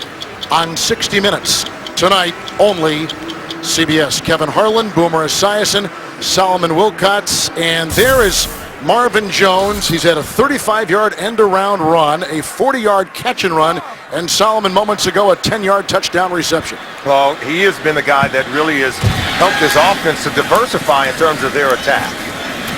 One outside with Spiller, perfect is there. He is everywhere. Also a hit by Michael Johnson. Loss of 2 on the play to the 15 to New York and James Brown. This is what Ben likes to do. Yes, 3 plays, 64 yards on this drive. He likes to go up top. Emmanuel Sanders on an out and up, wide open. 55 yards for a touchdown, putting Pittsburgh up 16-10. All right, back to Kevin Harlan. 2nd and 12, going deep, and they just about had Goodwin. Coverage with Nelson and Adams. Adam Jones was back there. I don't know how this was not called interference. It looked to me like Adam Jones grabbed Goodwin by the jersey as the ball was coming down. It's called the arm bar. He grabbed that arm to keep him from extending to get the ball. Goodwin is a speedster, and I'm not so sure. That's got to be interference. The Bengals had a good book on him. They said they could attack the corners and press man-to-man coverage. It's clear that Adam Jones is the guy they're targeting. They've taken a couple of shots at him so far in the game. Last time the Bills had it, fumble by the quarterback, and the touchdown pass by Cincinnati. The result, here he is again, hit this time on 3rd and 12, coming through Wallace Gilberry, who had a sack last week. In fact, 2 of them on Brady, has a sack right here. The third by the Bengals, a loss of 6. They're back to the 9. Boy, they've got some pass rushers. Watch him come right underneath. They've got a host of pass rushers, whether it's Geno Atkins, whether it's Dunlop, Michael Johnson, Wallace Gilberry. A number of guys who can get after the quarterback on this defensive line. Third sack of the season by Gilberry. Here's the Mormon punt, his second today for the Bills. Adam Jones circling under it, and from the 35.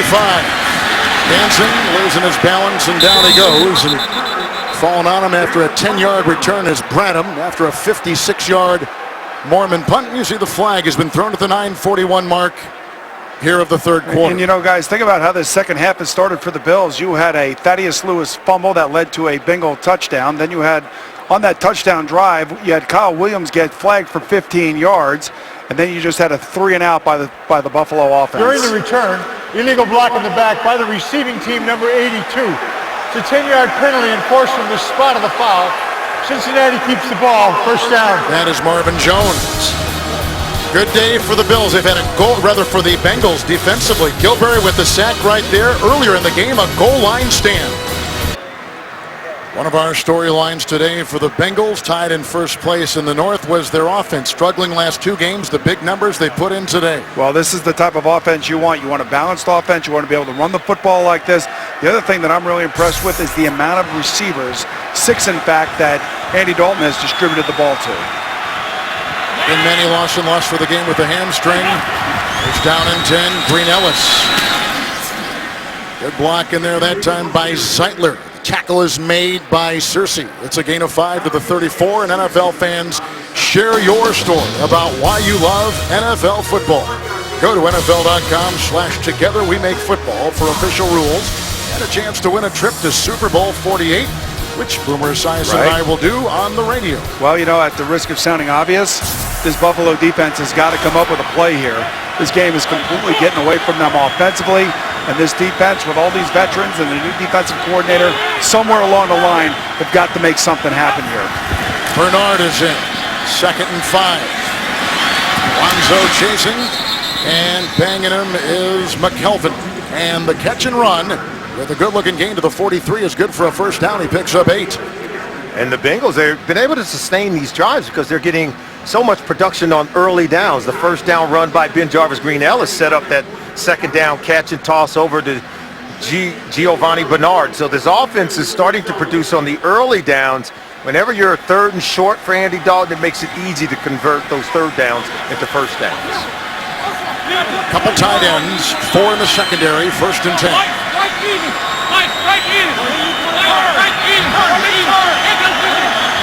lot of communication going on there. Just telling the running back where he wants to go. Bernard chased by Cincy. Knocked it out of bounds as well by Alonzo, who's all over the field. It is a loss of about a yard. He'll be back near the 42.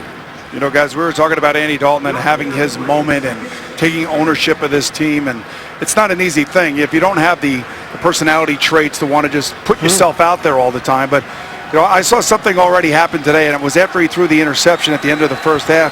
He went over right to Jake Gruden and started screaming at him. He fought back a little bit. Oh, I love that. I just love that. I used to scream at Sam all the time. I was a witness of some of those. Sam Weiss liked it as well. 2nd down and 11. Eifert to the 48. Hit by Bird, and a gain of 10 and very close to a first down.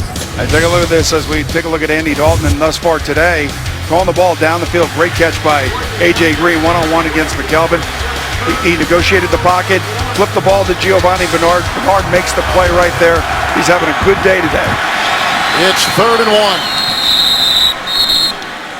So you like the fact, you think he does have the personality to begin to start to emerge and maybe become more of a presence for this team. You know what I want him to be?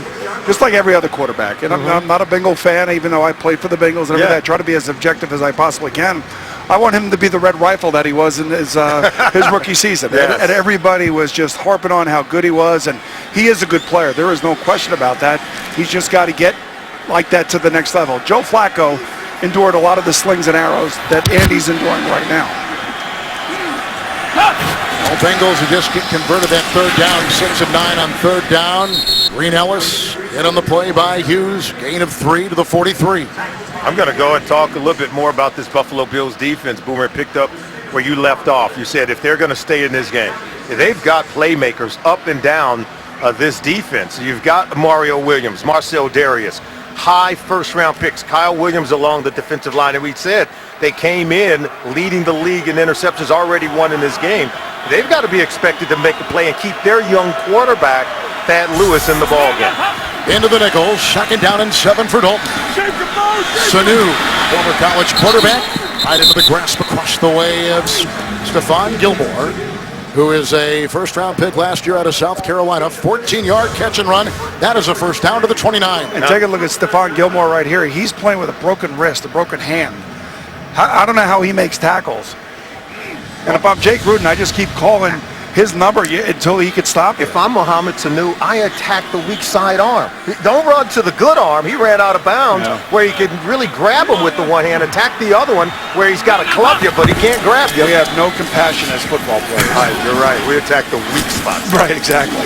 On a 1st and 10, Moats makes the stop on Green Ellis. Gain of 5 inside the 25. One thing you notice about this Cincinnati offense, not only today but throughout the season, long drives. That has kind of been one of their signatures of the season. Long drive, multiple plays. We've already seen them do it in this ball game. Take the ball from inside their own 5-yard line where they had the ball at the 2. They went 98 yards, and Jay Gruden's been able to do that along with Andy Dalton, negotiate their way down the field, going 80, 90-plus yards to get the ball into the end zone. And you know who appreciates that the most? Defense. Those big defensive linemen sitting over there on the sideline drinking a Gatorade. Who have had a goal line stand already today on the 9th play. 2nd and 5. Going deep. Double team Green.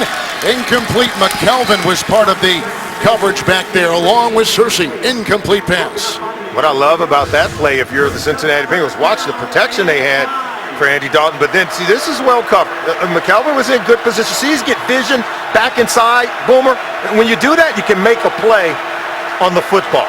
That's something Dick LeBeau always taught the defensive backs. Can't make a play if you can't see the ball. Green today, 4 catches and 82 yards. 3rd down and 5. Six defensive backs. The blitz by Cincy. Down goes Dalton. It's the first sack registered today by the Buffalo defense. The loss back to the 34. It's a loss of 10. Oh, Mike Benton, he dialed it up. And Boomer, you said it. They needed to make something happen. They blitz Cincy.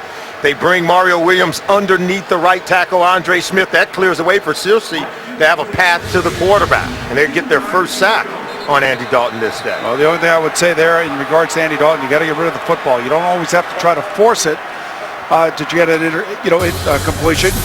An incompletion's okay, just don't lose the yardage. A timeout with a field goal coming up for the Bengals. The NFL on CBS is sponsored by FedEx. Request when and where your packages are delivered with FedEx Delivery Manager. And by oneandone.com. Pre-reserve now from over 700 new domains with oneandone.com. We're back in Buffalo. Don't miss a new episode of the hit drama Person of Interest. It's a new night and time, Tuesday at 10, 9 Central. Only on CBS. I was going to break and said that they're going to try for a field goal. Well, they called a timeout. They talked it over, and they're going to go for it on 4th and 15, needing the Buffalo 19-yard line for a first. How about a quick kick? Why not a quick kick by Andy Dalton? They're in no man's land right now. I'm punting the football, Boomer. It's a two-possession ball game for the Bills. You're up by 14. The defense is rolling. I'd go ahead and pin them in deeper and then turn my defense loose. Gresham, the tight end, will be back there with Dalton. And Green Ellis. 4th down. And he's got his receiver. What a catch by Sanzenbacher. A beauty and a first down to the 11. A 23-yard gain on 4th and 15. Wow, I stand corrected. Sanzenbacher, watch this. This kid is a poor man's Wes Welker. One hand grab in traffic, Boomer. Is that bailing out your quarterback? It was a great throw, by the way, by Andy Dalton. Well, we've been seeing the Buffalo defense play a lot of cover, too. That's where those 2 deep safeties are real wide. That ball kind of hung up there for a while. Yeah. The great catch by Sanzenbacher, yet another wide receiver catching the football today for Andy Dalton. Sanzenbacher's second catch of the season. 1st and 10 at the 11. To Gresham. And brought down on the play by Alonso after a gain of a yard. He squirms to the 10. So much for going for it on 4th and 15, right? No, I wasn't going to go for it. I wouldn't mind if they punted, turn the defense loose. You know, teams have been known to make plays defensively and score touchdowns on defense. I know you quarterbacks always want the ball in your hands. Yeah. It's kind of nice to see defensive guys make plays, but right now, as you look at Kiko, Alonso, they need someone to make a play on defense for Buffalo. 6-minute drive, 2nd down and 9. Pocket crumbles and down he goes. Back at about the 12. Well, they had Mario Williams right there. Flag has gone down as well. Also, Darius on a loss of 2. Back to about the 11. As they discuss the flag on a drive that has seen a 10-yard pass to Eifert, 14-yard catch and run by Sanu, and a 23-yard pass to Sanzenbacher moments ago. Personal foul, face mask by the defense against the quarterback. Half the distance to the goal, automatic first down. Well, this is Kyle Williams again, and you take a look at these penalties that he has committed here to start the second half. This is the second one, and he's trying hard. He's trying to go after it. I mean, it was just a glancing blow like that, and I don't think that was a face mask. It was actually 94. Oh, was it? Mario Williams as he went underneath. And Kyle said it certainly wasn't me. It didn't look like anybody was grabbing a face mask, but then again, you would say that it would be a hit to the head. Absolutely. 1st and goal at the 6. Green Ellis is back there. That's stopped in mid-motion. False start. False start offense, number 77. 5-yard penalty. It's first down. That's Whitworth. So you have 2 major penalties now by the Buffalo defense to start the second half, right? You've had a 4th and 15 converted against them.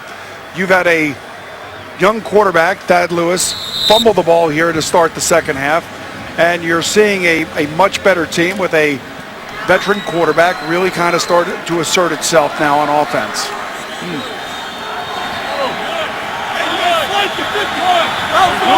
2 tight ends, 1st and goal at the 11.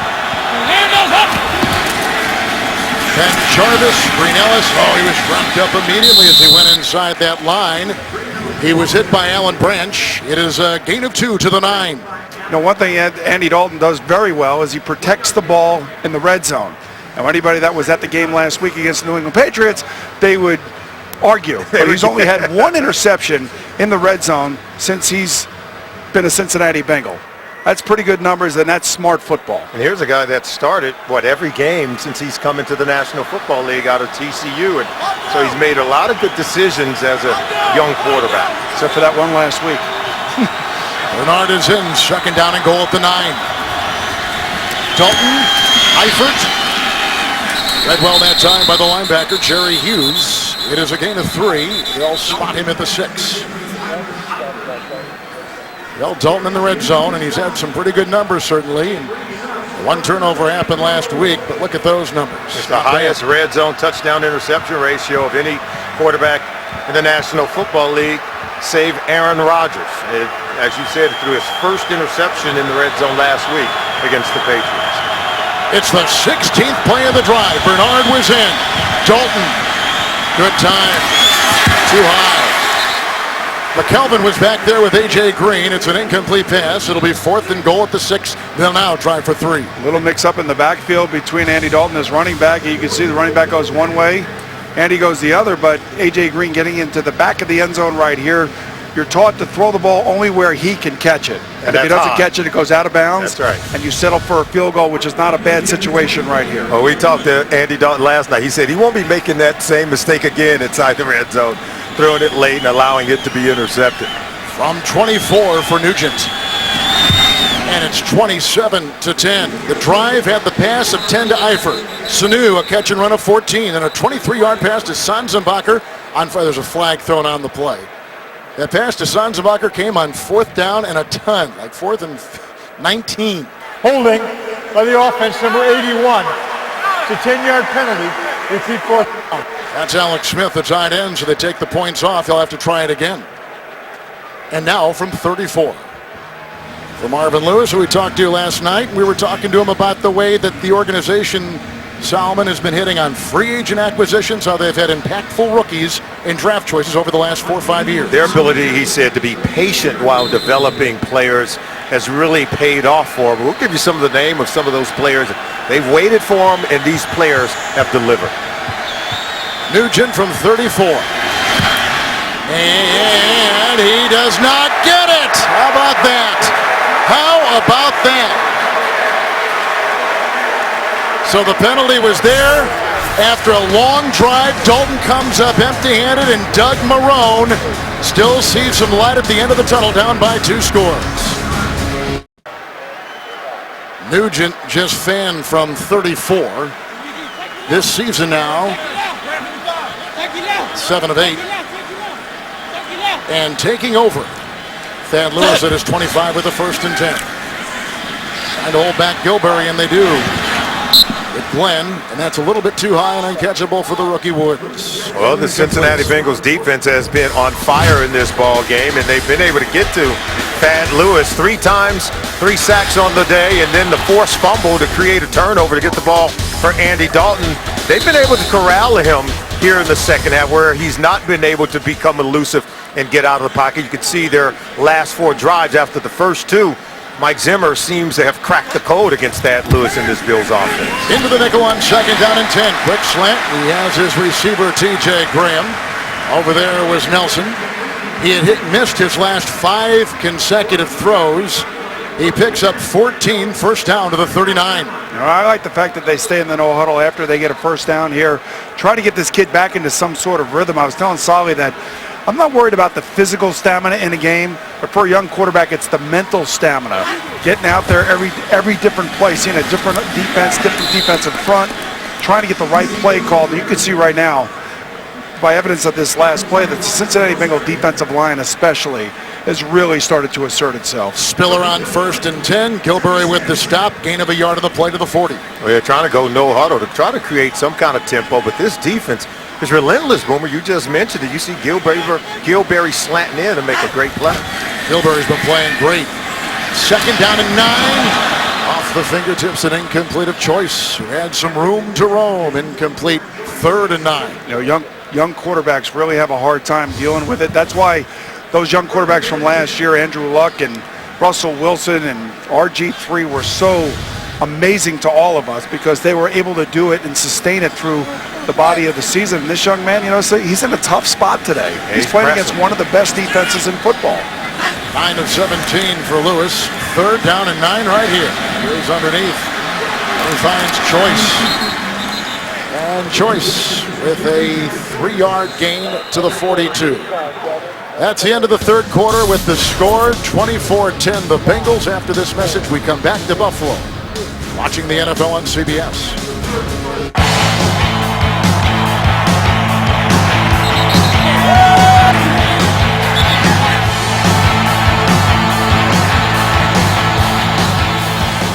First place Cincinnati Bengals tied there with a couple of the teams in the north on top, 24-10. Big day for the quarterback Dalton with 3 touchdown passes to 3 different receivers. Now the defense, which has played well for the Bengals today, is forced a punt coming from Buffalo. And Mormon. They just signed this week. The longtime Bill is back. Beautifully placed. And you see the juggle out there by Adam Jones. And a Moats with a great tackle on special teams. A 51-yard punt. And Moats down there carrying it well, the reserve linebacker. Well, he feels it inside his own 5-yard line. Doesn't get a clean catch. Now you got to get vertical. You can't get caught running backwards. And certainly can't lose ground after securing the football. So he didn't catch it cleanly and then made a poor decision after he was able to field the punt. And how about Brian Mormon, the punter for the Bills, his first game back? And what a game he's had thus far. But this is where the Bengals offense has excelled. They get the ball inside their own 10-yard line. But this is where the Bills defense is now got to assert itself. They've had break after break, and now they have to make something happen. And Jarvis Greenellis in the backfield. Dalton on 1st and 10. Here comes Mario Williams. Sanu and Cincy. Knocks him out of bounds. Nice pursuit defensively on the play with a loss of 1. Back to the 4. All right, 5 touchdowns of 90 yards or more in terms of those drives. Most in the National Football League. They had one of that variety here today. And I just think it's the ability to manage the game by the quarterback and understanding that you can't have critical errors in this area of the football field. Well, I'll tell you, this is where it gets loud in this stadium. You could barely hear yourself think, let alone communicate to the people next to you, and that's why you've got to be really decisive in your decision-making right here. With all 3 tight ends in there, Dalton second down and 12. Green Ellis. One hit by Alonzo, stuffing him again. A loss of a yard on the play. They're back to the 2. Now watch Alex Smith, the tight end, number 81. He gets driven back into the face of the ball carrier, and then that causes a bubble, and then that forces Ben Jarvis Green Ellis to go deep into his own end zone.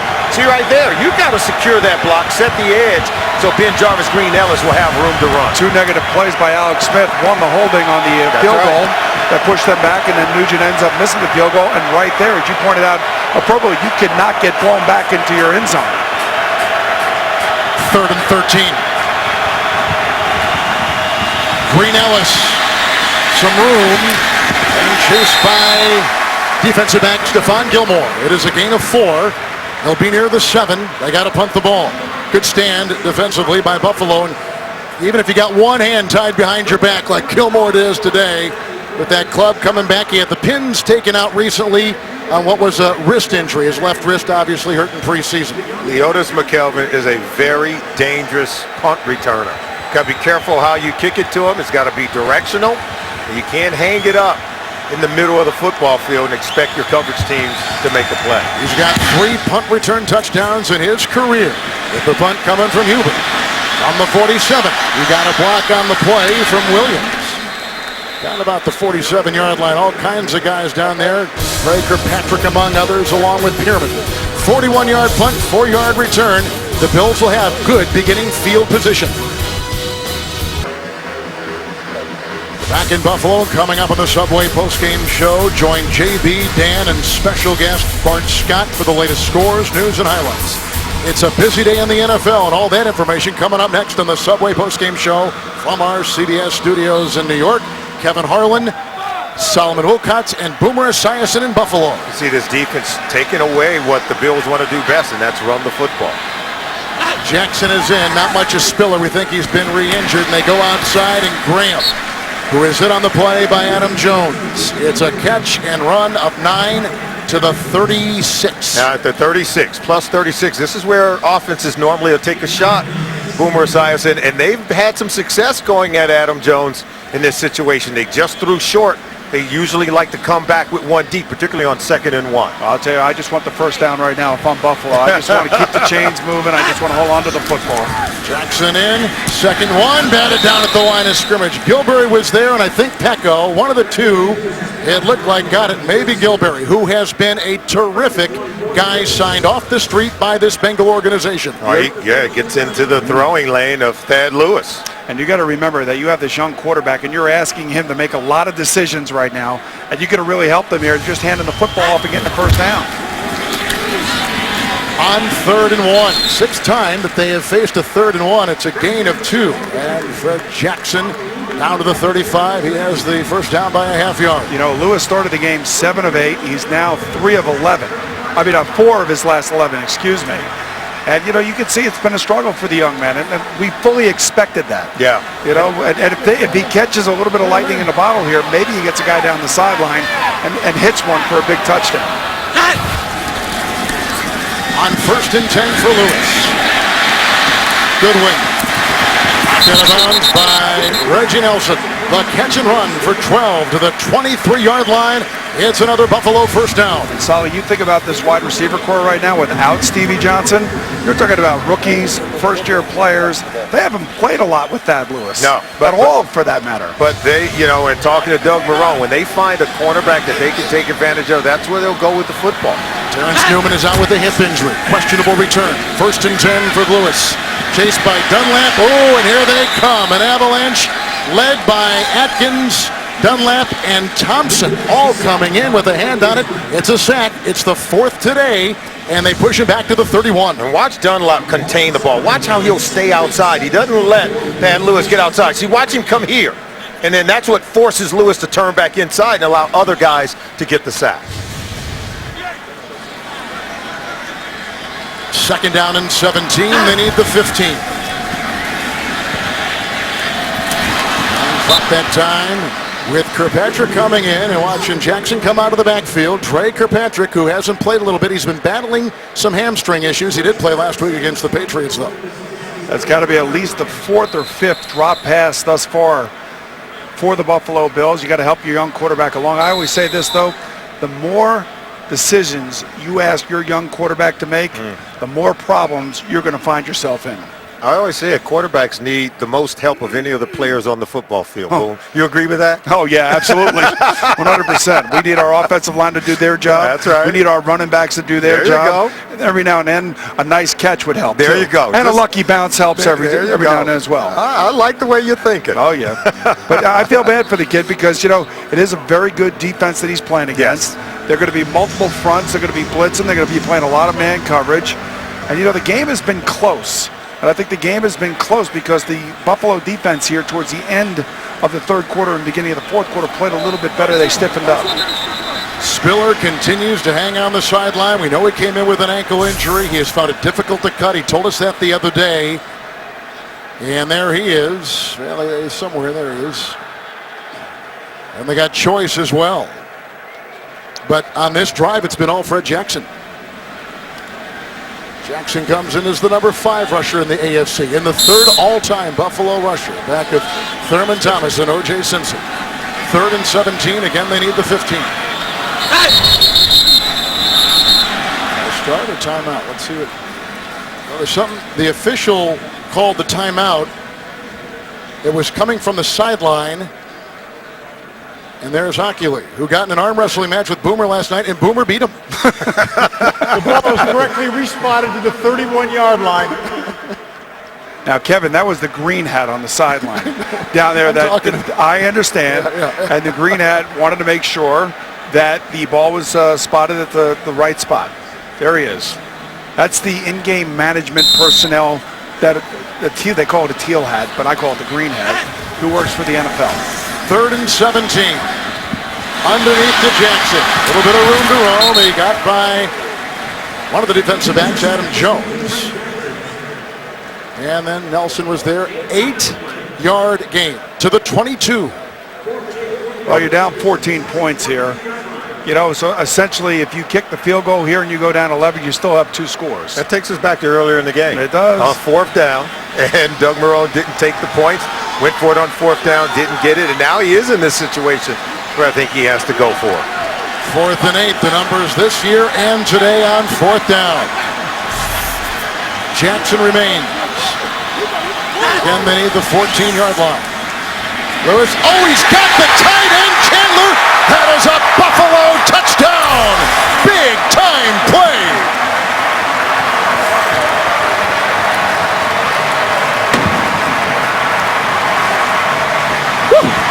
Bengals defense, Mike Zimmer, they get caught. Putting Carlos Dunlap on Chandler, the defensive end. See right here. And then he's going to release. And then they were able to get beyond because you don't expect Dunlap to have to cover him one-on-one. See, he turns him loose. No help at the second level. Easy touchdown, but great read by Thad Lewis. Chandler, his 2nd touchdown reception of the season. He's out of Iowa. He was waived by the Cowboys initially. He finds his way to Buffalo, and he came up with a huge catch right there on the 2nd career touchdown pass by quarterback Thad Lewis. Extra point is in. 7-point game in Buffalo. This had been so far a very forgettable second half for the Bills, who came out fumbling by the quarterback, 3 and out. Another punt after that, and then they get a 22-yard touchdown pass moments ago. The only thing that I ask about that last play as the ball is kicked out of the end zone is why would you run that defense? Why would you do that? Well, let's take a look at some of the best quarterbacks not taken in the first round of the NFL draft. How about my guy, Boomer Esiason, taken in the second round, 1984 by the Bengals. Handsome. That's right. Joe Montana was a third-round choice in 79 by the 49ers. And Overrated. Tom Brady was a sixth-round pick in 2000 by the Patriots. Don't have to get one in the first round. Drew Brees, a second-round pick in 2001 by the Chargers. That brings us to Andy Dalton, the first quarterback taken in the second round by the Bengals since our very own Boomer Esiason. Oh, there you go. We could have put a lot of guys in there, like Brett Favre as well. First down and 10 from the 20, Dalton. Bernard was back there, but blocking holds. No one is open. He scrambles for about 5. Good coverage by the Buffalo Bills. We'll put him at about the 25 on a gain of 5. Well, how about Thad Lewis, not even drafted? And, you know, Mike Zimmer got a game ball last week from Marvin Lewis because he was so aggressive and he basically shut down Tom Brady and everything else. 4th and 8 in the red zone. I got to give a lot of credit to Nathaniel Hackett. He's the offense coordinator of Buffalo Bills. Drew up the absolute perfect play to ask Carlos Dunlap to cover Scott Chandler down the field. And Lewis never looked anywhere else. He went right for Chandler. He knew what to expect. Why? Second down and 5, handoff to go. What a nice tackle right there. Gianni Bernard and Corbin Bryant out of Northwestern. Coming through, it's a loss of 2, back to the 23. And you know, guys, there are times in games where momentum shifts are monumental. And right now, the Bengals are finding themselves right in the midst of one of those moments. You're on the road. You've got a great fan base here. They are loud. You've been in control of the game pretty much for the last 2 quarters, and you're finding yourself in a money spot right here on 3rd and long.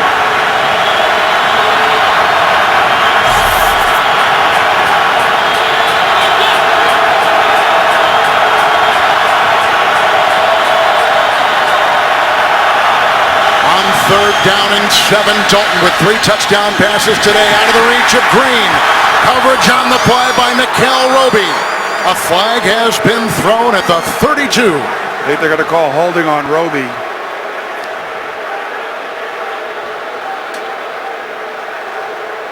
Before the pass was thrown, holding, defense number 37, 5-yard penalty, automatic first down. By a rookie free agent. Oh, absolutely. And that's going to be costly. And you can take a look in the slot right there against A.J. Green. See the grab right there? Just trying to secure it. And Boomer, you talked about the momentum shift. I think it all began with a 34-yard missed field goal by Mike Nugent. Since then, the Bengals have had a 3-and-out on offense, and then they allowed the touchdown to Chandler, and now it's a 1-possession ball game. Buffalo, by the way, came in as the second most penalized team in the National Football League. Today, they've been penalized 3 times, all on the defense. 1st and 10. Bernard looking for a block from his tight end, nowhere to be found. Branch coming through, loss of 2. They'll push him back to about the 26. You know, guys, my thinking on that 4th and 8 play that the Buffalo Bills ran is why in the world would you try to make it easy for a quarterback who's only starting his 2nd game of his NFL career? But, you know, you put a defensive lineman on a tight end like that and you blitz and there's nobody in the middle of the field to help that defensive lineman out. You're asking for problems and you're giving up an easy one. Branch remains in there for Williams on the Buffalo defensive line. It is 2nd down and 12.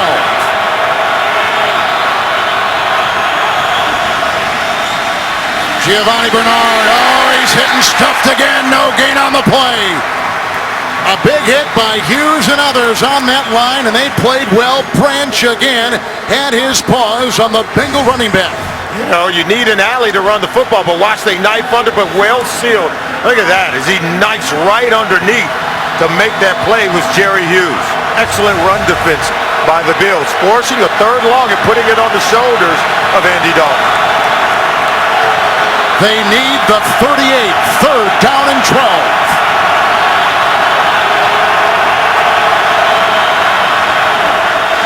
Here comes Williams.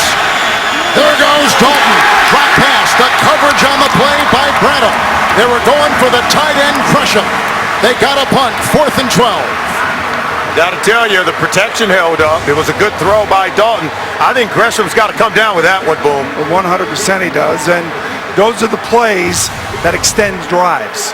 And when you drop a football like that, you give your team an opportunity to all of a sudden relive this momentum that the Buffalo Bills have, and that's exactly where it is right now. The record-setting Kevin Huber. They're going to let this go into the palms of McKelvin, who is brought down by Marvin Jones, who has done it all today, and there was a shove at the end of the play. No yellow on the field. So now, in a quarterback making his second NFL start, 7 down to Cincinnati, middle of the fourth. The Bills have fought back from a 24-10 deficit. Cincinnati missed a 34-yard field goal. In fact, they had points on the board and they took them off. Yeah, they had the penalty, and it would have been 27-10. They take the points off the board, and then they missed the field goal, and that's why we find ourselves in a one-possession ball game. Spiller is in, 1st and 10. That whistles over the head of everybody with the coverage by Newman, who is back in. It was intended for T.J. Graham. 2nd down and 10. And more importantly, Carlos Dunlap was doing actually what he gets paid to do, rush the quarterback, as opposed to cover the tight end 25 yards down the field. Without help. And he hits Thad Lewis right here, right as he's getting ready to get rid of the ball. That's what he should be doing in passing situations. Spiller remains 2nd down and 10. Good job by Glenn, the left tackle. And they get Chris Hogan, who has a gain of 2 on the play. Mamaluga was there, the gain to the 23. The Cincinnati Bengals defense, they're just coming along with so many really good playmakers, and Marvin Lewis talked about it. They've been patient. They've been able to get guys to come along. Andre Smith, Michael Johnson, Ray Mamaluga, they say is playing some of the best football he's played since he's joined this football team. And Vontaze Burfict is one of those players they've been able to develop as well. Jackson is in, 3rd and 8. Lewis has to get to the 41. Chased by Atkins and runs out of bounds. Right about the 36. Well shy, picks up 3. They got a punt, 3 and out. Well, this defensive series for the Cincinnati Bengals right here reminds me of the one right at the end of the first half after Andy Dalton threw the interception. Yeah. You know, the defense had to stem the momentum, and that's exactly what they've done right here. It was a good job by Ray Mamaluga and company. And now look who's back to receive this punt. No Adam Jones. They want it returned and received cleanly because Mormon's been doing a well of a job for the Bills. Mormon has had a great day since being signed off the street. He's in Pittsburgh's camp, let go. Tate, fair caught, about the 25. On a 39-yard punt. 6:03 to play. 7-point lead for Dalton and his offense. Buffalo Bills just punted. Cincinnati has it from their 26. 1st down and 10 with Green Ellis in the backfield for quarterback Andy Dalton, who has thrown a pick. He's also thrown 3 touchdown passes today.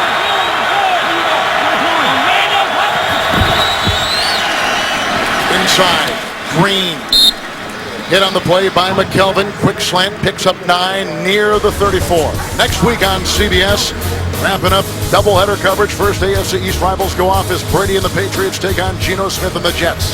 Flacco and the Ravens against Big Ben and the Steelers. Those are the big games along with Cleveland and Green Bay next week. It all begins with the NFL today. 12 Eastern, 11 Central, right here on CBS. 2nd down and 1.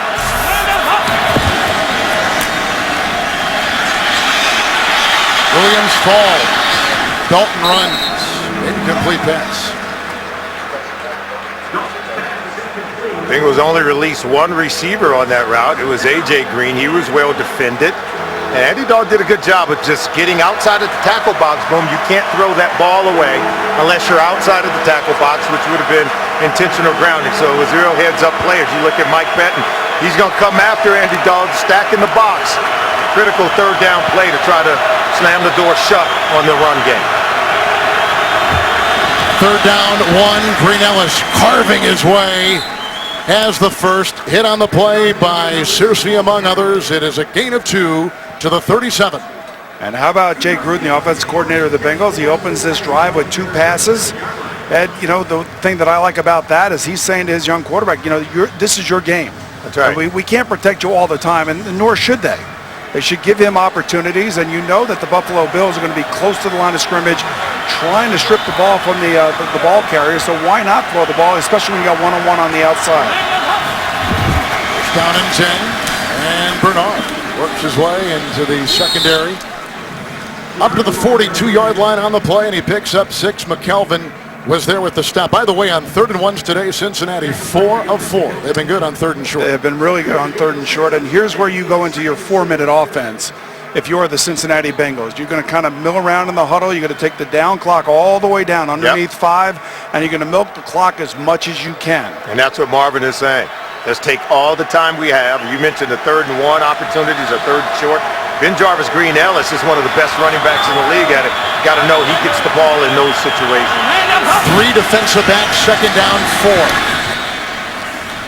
Ronnie Bernard, and he crosses midfield. Looked like Alonso's around his ankle right there on a gain of 3, and we'll put him at about the 46. And remember what happened last week, kind of the same situation for the Cincinnati Bengals, and Giovanni Bernard fumbled the football. Ben Jarvis Green Ellis wants to be on the field. He wants to be on the field, there's no doubt. Right. We did talk to Gio Bernard about it. He says, you know, I kind of got outside myself. He said, it will not happen again. Ben Jarvis Green Ellis know that this is his role on the football team. He's the closer you want banging the rock. They stay with 3 defensive backs, 3rd and a long 1. Bernard. Williams was there among others. I think he's short. I don't think he got it. Arthur Motes was sticking his nose in there. See the spot they gave him. Looks like a favorable one, but you're right, it's going to be 4th down. And Ben Jarvis Green Ellis is saying, are you kidding me? This guy came into today's game having converted 18 of his last 20 3rd and 1 situations. That's a high ratio, tremendous batting average for a running back. And on this little drive, they've already taken 3 minutes off the clock. They really have, but that's a huge play right there. And I think Solomon and I are kind of alluding to the same thing as they get ready to measure here. That Ben Jarvis Green Ellis is a good teammate. That's right. He's a really good teammate. He knows what he does well. He moves the pile. He's that type of back. That's his role. And this should be his role. So, as you can see, they're short. Ben Jarvis Green Ellis is not complaining that Gio's on the field per se about Gio. He just wants the opportunity. Absolutely. Right. And even Gio Bernard said that he could not have come into a better situation. The football team, with, if you take a look at this again, with so many tremendous pros. He talked about Andy Dalton, talked about A.J. Green, but he said Ben Jarvis Green Ellis has shown him how to study, how to work, and how to be a good pro at the National Football League level. By the way, Green Ellis today a season high 79 yards on the ground and 14 carries. His previous high 75 against Pittsburgh. McKelvin is back, and Kevin Huber to punt. Now, they should not snap this ball until this clock gets under 5 seconds, because the game clock is running as well. At 9 and setting up what return there may be, waving his arm. Fair catch, 13-yard line. Brandon Tate was down there defending for Cincinnati on a 41-yard punt by Kevin Huber. We get Thad Lewis. What can he do? A one-possession ball game. They need him to make plays. It's been up and down performance so far today. We've seen him use his legs to get the ball into the end zone, put points on the board, but he has not protected it every time, has turned it over. But when he's had an opportunity on 4th down, he got the ball into the end zone, putting them in a really good situation. And as you can see, numbers that against a defense that shut down Tom Brady 1 week ago, I think you've got to be happy with what you've seen from this young guy, Boone. Into the nickel, Jackson in the backfield, 1st down and 10. Jackson, good block right there by Legursky, and almost a gain of 10. Taylor Mays brings him down in the secondary along with Michael Johnson. The spot at the 24, give him the 1st. The other thing, too, if you're Mike Zimmer here, I don't think you really want it. You don't need to push the envelope. You want to see this kid have to hit some balls. You want to get some pass rush from your defensive line. Most important right here. 1st and 10. Grabbed by Woods, right in front of the veteran, 11-year veteran Terrence Newman. Near the 30, picks up 6 on 1st down. And I'm not saying you play prevent defense by any stretch of the imagination. You got to change up your coverages. You got to keep him, you know, kind of second guessing. You just don't want to sit back there and cover 2 or cover 3, those soft zones, but you certainly have to get the pressure from your defensive people right now on the line of scrimmage. Lewis 2nd and 4, crumbling pocket, then devoured by Carlos Dunlap. Jumping on his back, the sack back to the 28th, 5th sack today by the Cincinnati D, a loss of 2. And that's what you were talking about, Boomer. Just get pressure with your 4-down linemen. You don't have to send the house, don't have to blitz. Make sure that you're sound and coverage on the back end. Carlos Dunlap heard you, Boomer. He went hunting a quarterback. 2-minute warning from Buffalo. It's a Subway post-game show from New York with JB, Dan Marino, and Bart Scott for the latest news and scores in the NFL. The Subway post-game next, right here on CBS. Cleveland is losing, Baltimore losing. As Cincinnati wins, they're alone in first. Here is a 3rd and 6, caught by Jackson, who gets the first down. Aloke was right there, along with Perfect. It's a gain of 7 yards to the 35 and a first down. Perfect is down, injured at the 32 on the numbers. Nice play by Jackson getting the first down. And the reason I was saying to you guys, you don't want to heat it up just yet for Thad Lewis. And the reason, because you're making it easy for him. Yeah.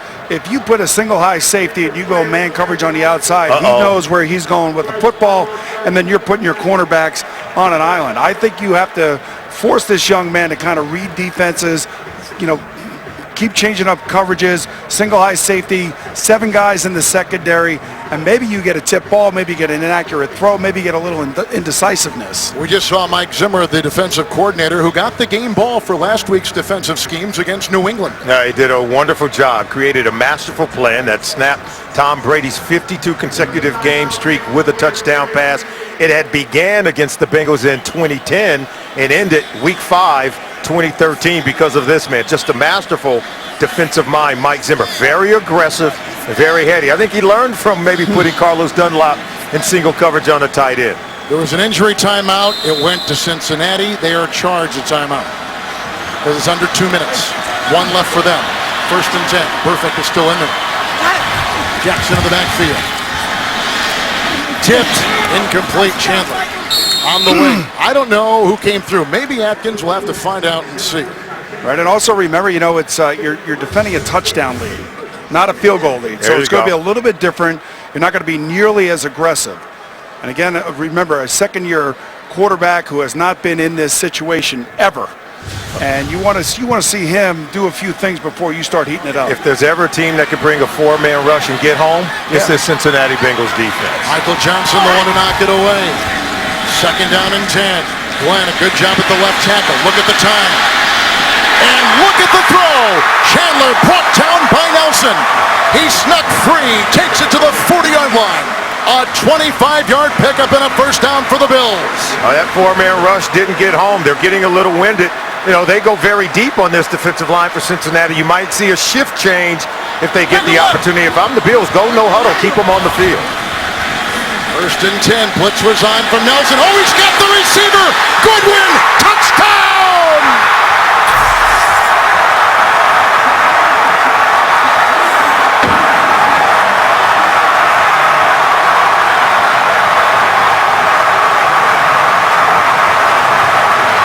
What a throw by the young man, Thad Lewis, as he reads the defense perfectly. We just talked about it. If you can't get home with 4, and then you decide to heat it up, and that's exactly what Mike Zimmer did. He brings Reggie Nelson off the right side of the offense, and it's an easy pickings, and it was a great throw by this young man for the touchdown pass, and that's kind of the dice that you're rolling if you're going to decide to blitz. Goodwin's first NFL touchdown reception, the extra point for the tie. With 1:08 to play, Thad Lewis with 2 consecutive touchdown passes. Chandler for 22, and right there, 40 yards to Goodwin. With the score being what it is, what you can't do is you can't let them throw the ball over your head. You're playing off coverage. Now get deep, turn the hips, and get running. This is man-to-man coverage. Easy read for Thad Lewis. He takes a shot to Goodwin, their most speedy receiver. We said at the top, these receivers, they're fast. They believe they can make plays on the outside against the Bengals corners. And boy, have they made one, and none bigger than this one, to Goodwin for 40 yards and a touchdown. That is just a terrible play by Terrence Newman. He knows the blitz is coming. He knows he's one-on-one on the outside. Get deep. You got to get deep. You just can't let somebody run right past you like that. And I go back again to the throw by Thad Lewis. What a terrific pass, and what terrific poise by this young man to be able to do this late in the game. Yeah, we said, let's see what Lewis can do on this drive. They go 86 yards. He goes 4 for 5 on the drive with a 40-yard touchdown strike. And now is Andy Dalton's turn to answer. Yeah, but I go back to the previous series by the Bengal offense, not being able to convert on 3rd and 1. They had been so good in 3rd and short all day long, and they were not able to convert. So you got to give credit to the Buffalo Bill defense for keeping this game somewhat close. And then Mike Zimmer twice now has been burned on blitzes. Now the focus goes on Andy Dalton. What's he got up his sleeve? On a bouncer from the 1, it's Tate. Punches his way in, holds onto the ball, and then is belted on the play. Got hit by a reserve linebacker, Jerry Hughes, 27-yard return. And Andy Dalton, with 1 timeout, 61 seconds in regulation, he'll have it first down and 10 at the 27-yard line. Practice these situations every week in practice. All they need to do is get into field goal range. You don't have to force the issue downfield. You have your 1 timeout. Don't be afraid to take Giovanni Bernard out of the backfield. He's a guy that can make plays if you throw it to him, and he'll make guys miss.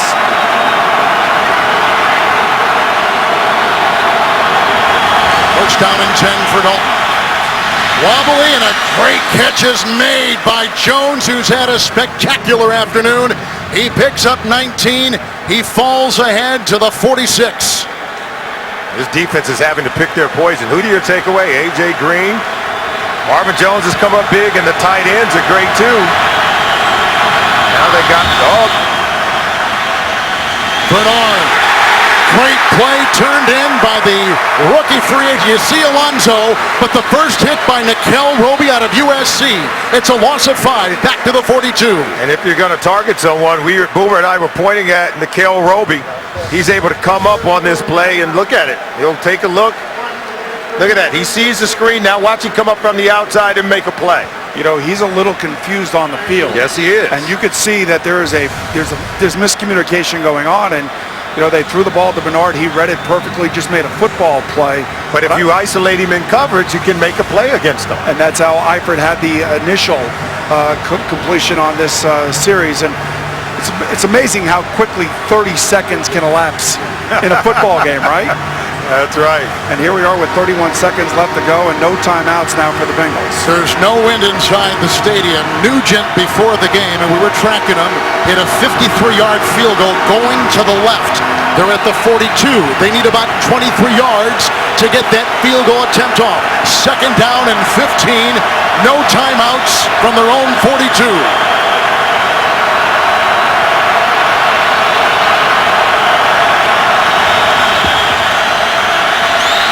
Here they come, out of bounds. Great pressure on the play. Darius and Williams all over Dalton. Well, the big guys are starting to heat up. They know it's a situation where you got to throw the ball.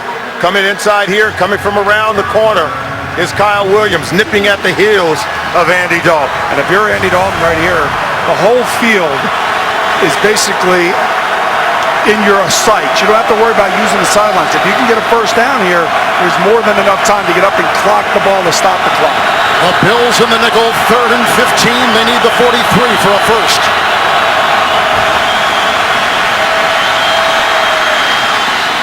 And Green in front of McKelvin did not get the ball out of bounds.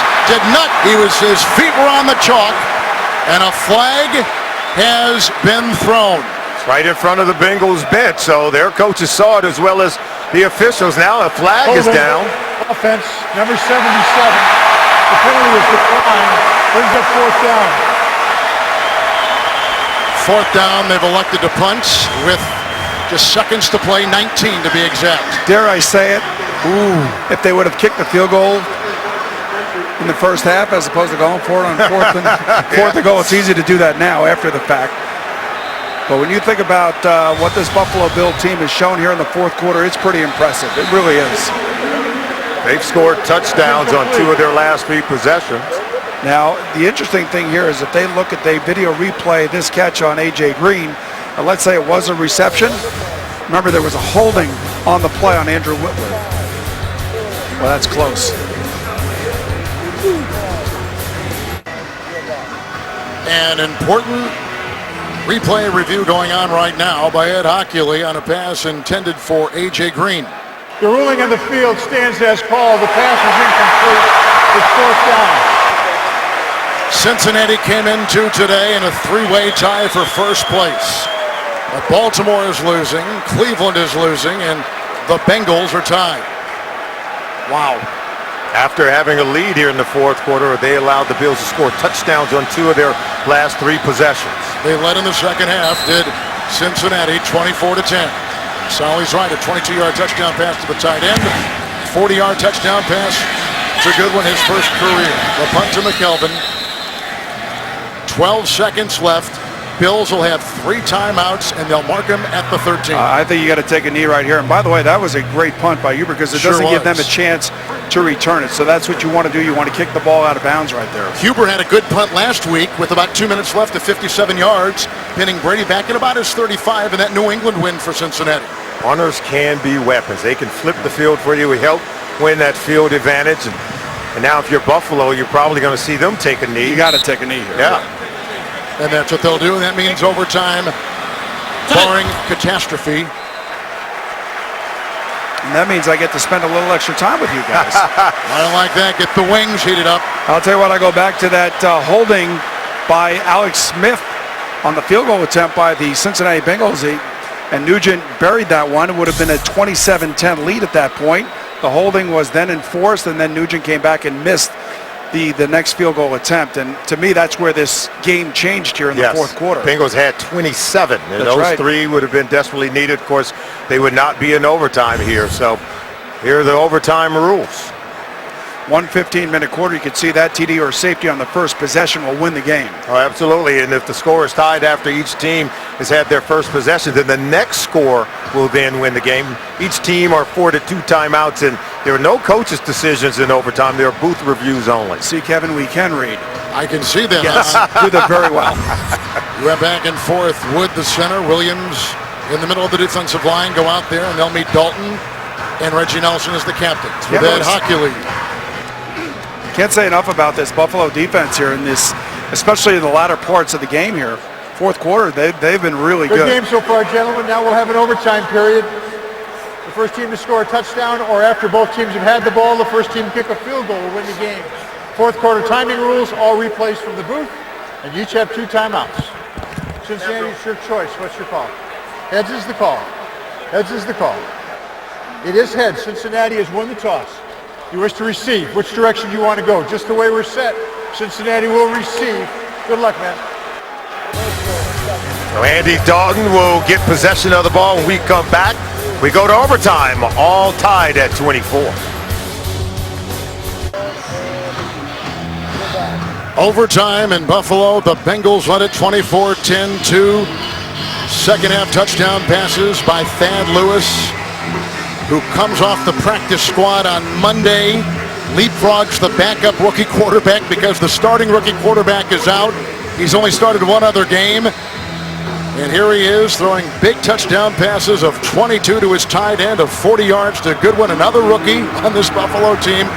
And they tie it at 24, and here we go to overtime. You heard the Bengals won the flip of the coin, and here we go.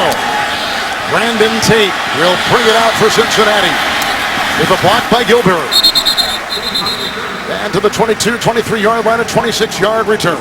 That's a new breed of quarterback. I saw Thad Lewis down there doing his best bicycling. Yeah. I would have never done that. I'd be on the sideline getting oxygen. There he is. Learning that at Duke. Well, he is a runner, so you got to keep those hamstrings loose, Pete. You got to keep them loose, right, Boom? Yeah, see, it wasn't a problem of yours. You didn't have to worry about that. On the 23, and here we go with Ben Jarvis, Green Ellis in the backfield. 1st and 10. Great crowd. Look at the time. Hauled in, A.J. Green, melted by McKelvin. Flag is thrown. It's going to be on Cincinnati.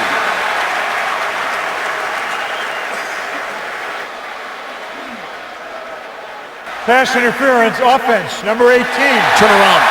10-yard penalty. Repeat first down. We're over here. He knows where that cart camera is. He found it during regulation. Now we're in overtime. Marvin Lewis has got to be sitting there going, now what watch in AJ. the world Look, is going on? Look at AJ. He never comes off. That's not even a route. See, now watch here. That's what they called right there. Just that little shove. But that wasn't a real route, Boomer. Have you ever seen anyone run around? Well, I think he thought the ball was obviously going to the other side, but I'd always tell you, never take anything for granted. You got to go full speed on every single play. 4 defensive backs. Giovanni Bernard is in, 1st and 20.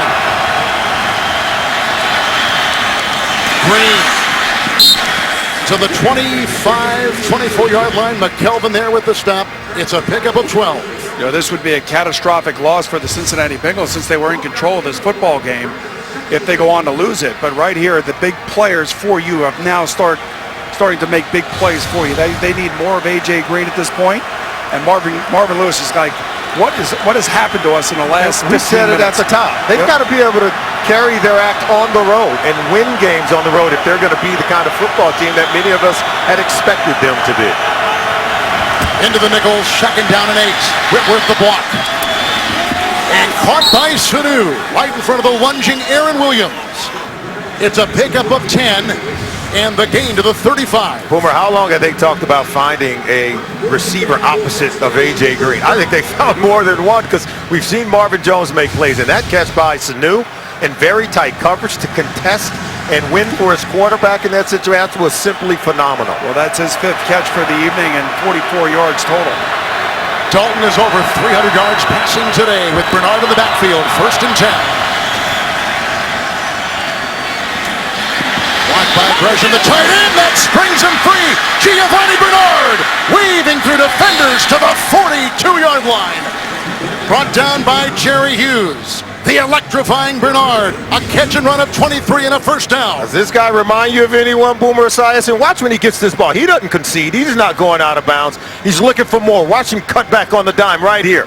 Just elusive at the 2nd level of the defense, creating big plays where maybe there isn't any, but great blocking down the field by Mohamed Sanu and Gio Bernard. Boy, you get a lot of bang for the buck when he gets the ball in his hand. Jermaine Gresham made a nice block as well, and I'll tell you what, you see him put 2 hands on that ball towards the end there of that run. He learned something from last week. 1st and 10, 2 tight ends. Green Ellis in the backfield.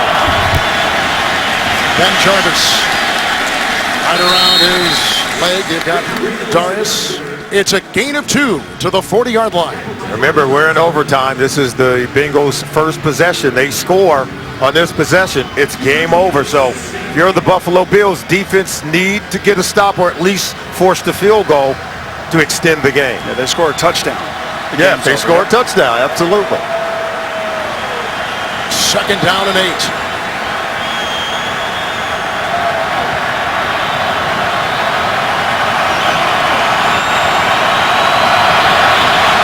Six defensive backs.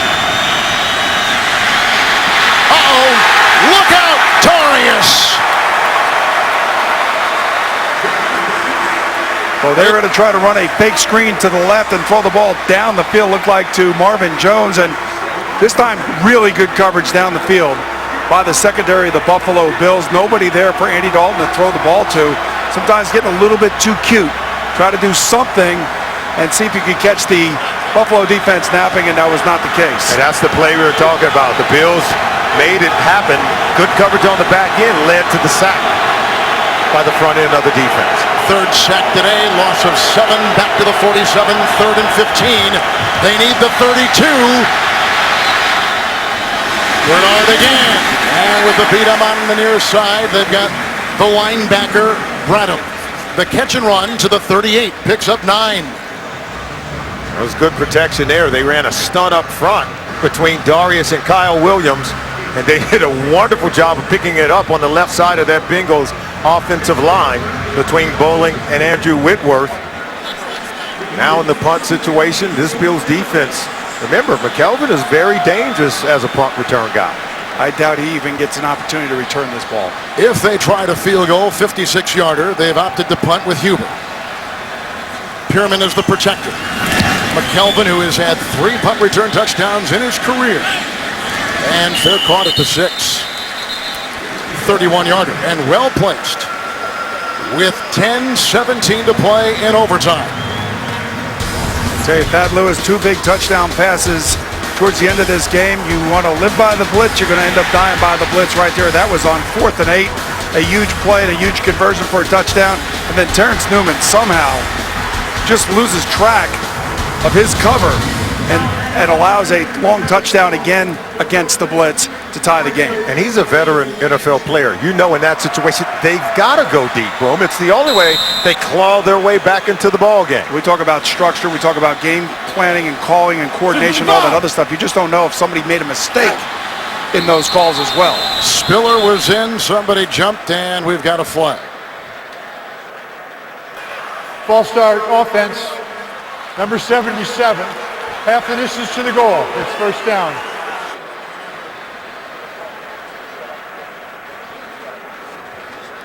Now 1st and 13. As you take a look at Carpenter, there's his target line right there. Needs to get to about the 42. His career long a couple years ago, back in 2010, when he was kicking for the Miami Dolphins. Spiller. Good stop once again by Michael Johnson. Got the concussion, did not play against New England. It is a gain of 3, and they'll spot him at the 6. And Sully, you know this is where you got to play offense with your defense. Yeah. You got to be really aggressive down here. You got to hold the Buffalo Bills to give your offense great field position from a punt, hopefully. Yeah, pitch the 3 and out. Hopefully you get the short field for your offense. And a field goal at that point on the second possession by the Bengals would win the ball game. On 2nd and 10, Spiller. He got by one defender. Then he is put down by Dunlap on a 4-yard gain to the 11. Michael Johnson getting the penetration on that play. Watch him.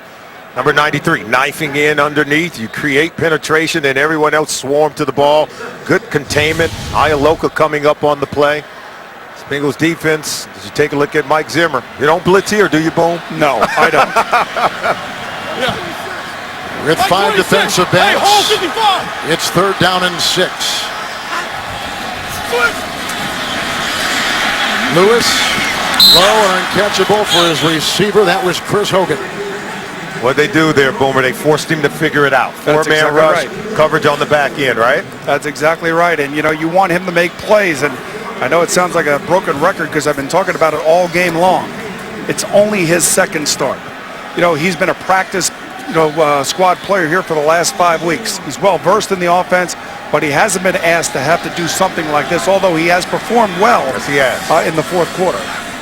Tate has 1 punt return touchdown in his career with the Bengals back in 2011. Foreman with great hang time on the 39. Tate has a lane, has a block 2 from Smith, anchor Patrick, and look where he takes the ball. Pearman also leading the way. A big-time return of 29 yards by Brandon Tate. Oh, this is just an excellent play by Tate. He fielded the ball cleanly, and then watch him get going downhill. And that's the key, is that he had good fielding of the punt. It afforded him some opportunity to get back to the other side of the field. We're seeing the Bengals now. Defense being a factor and special teams lending a hand. Well, if you're Marvin Lewis and you're watching your team here in front of you, that's exactly what you wanted from your defense. You wanted the Bills to punt from their own zone. And then also you probably take a look up at the scoreboard and you say, wait a minute, hold on. How'd Baltimore and Cleveland do today? They lost today. They lost. They lost. We better not lose this game. They need to win this football game right now. They win it. They take over first place, obviously, in the North all by themselves. Plus, they have not won a game at all on the road this season. Their wins have come at home. They've lost on the road. And Solomon, you talked to Marvin Lewis about that very subject last night. On the other hand, if you're the Buffalo Bills, you've got to be pleased with the fact that Thad Lewis was on the developmental squad, and he's got you in overtime, and you really need your defense to stand up and make a play, somehow create a turnover to get the ball back for Thad Lewis and the Bills offense. Green Ellis is in the backfield after that return of 29 yards on a punt by Tate. He'll push his way up the middle, hit by Alonso, gain of 3 down to the 30-yard line. Kevin Harlan, Boomer Esiason, Solomon Wilcots. In the second half, the Bengals led at 24-10 as the Bills were starting a practice squad quarterback called up on Monday. And Thad Lewis, who is a couple years out of Duke, threw a 22-yard touchdown pass to his tight end, a 40-yard touchdown pass to his rookie wide receiver to tie the game at 24. This is the second overtime possession for Cincinnati. 2nd down and 7. Green Ellis. Nothing. Kyle Williams and a whole bunch of friends making the stop on a gain of 2 to the 28. Not a lot of imagination here for the Cincinnati Bengals offensively. And, you can see the Buffalo Bills are selling out all against the run. And usually sometimes in this situation, a running back could pop through there and get a big play. But so far in the previous 2 plays, this defensive line of the Buffalo Bills are doing their best to kind of hold back this offense of the Cincinnati Bengals and force a long field goal attempt. If the Bengals win, they'll be alone in first place. They came in a 3-way tie in first in the North today. 3rd down and 5. Bernard bumping into his blocker, hit by the safety Cincy. Drags him down to the 25, picks up 3 on the play. Making it 4th down and a couple, and they'll try for 3. Remember, Nugent has already missed a 34-yarder earlier in the ball game. He had made one before that, a penalty, took it off the board. They had 27 points, and had that field goal been upheld, if it were not for the penalty, we wouldn't find ourselves in overtime. So now he has a chance to kick the game winner here, understanding he's already missed one in the game. And his miss came at this end of the field. The wind is negligible. It's a 43-yarder to get on the board.